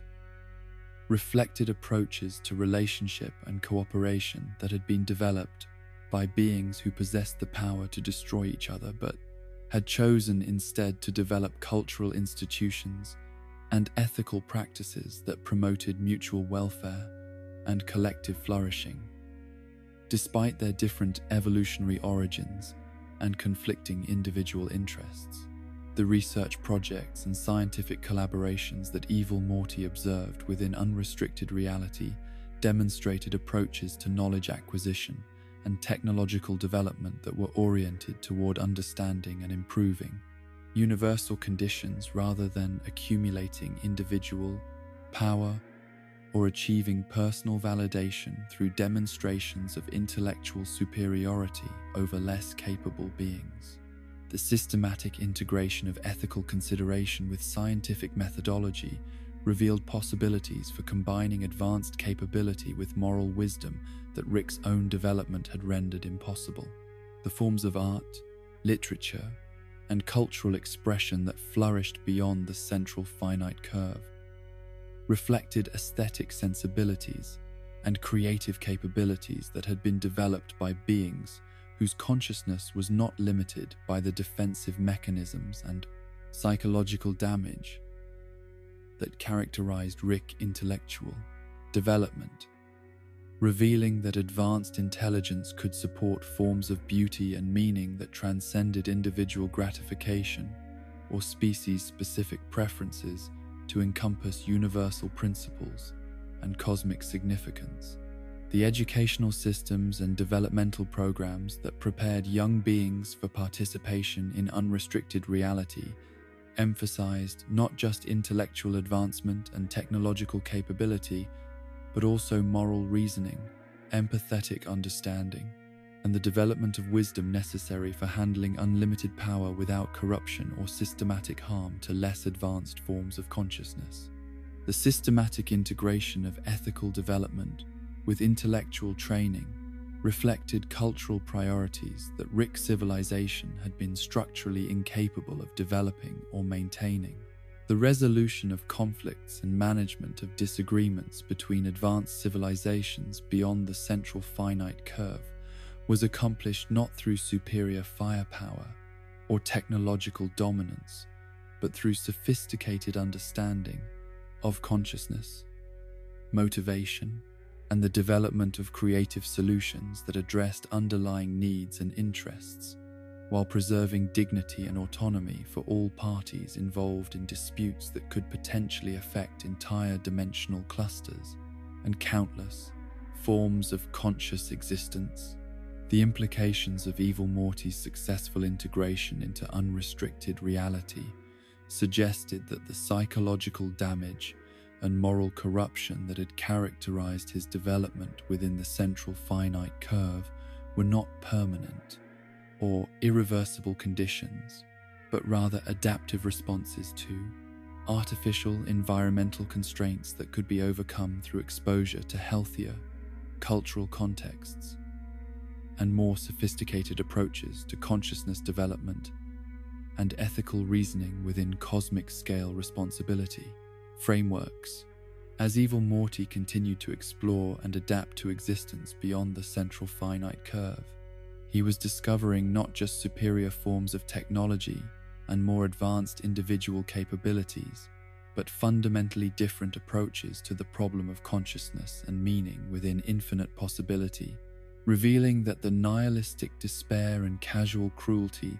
that had characterized Rick's civilization were not inevitable consequences of advanced intelligence, but rather pathological responses to artificial constraints and systematic isolation from the broader cosmic community of beings whose consciousness had developed along healthier trajectories toward wisdom, compassion, and authentic understanding of their place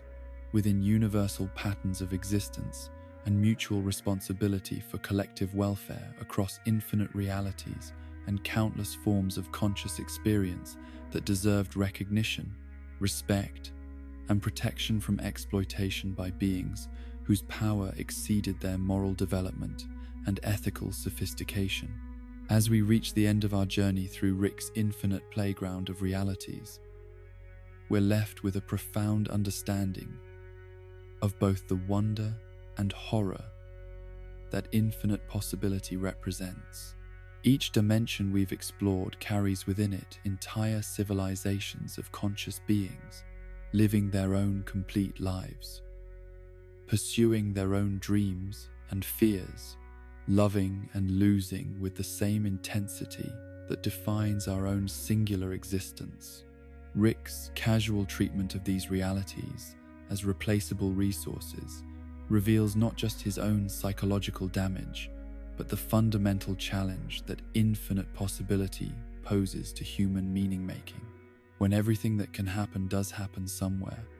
what makes any particular choice significant? When every person you love has infinite variations living infinite lives, how do you maintain attachment to any specific version? Perhaps the answer lies not in Rick's cosmic perspective, but in the simple human truth that Morty occasionally remembers. That meaning comes not from uniqueness across infinite realities, but from the choice to care about this reality, these people, this moment. In a multiverse of infinite possibility, love becomes not insignificant,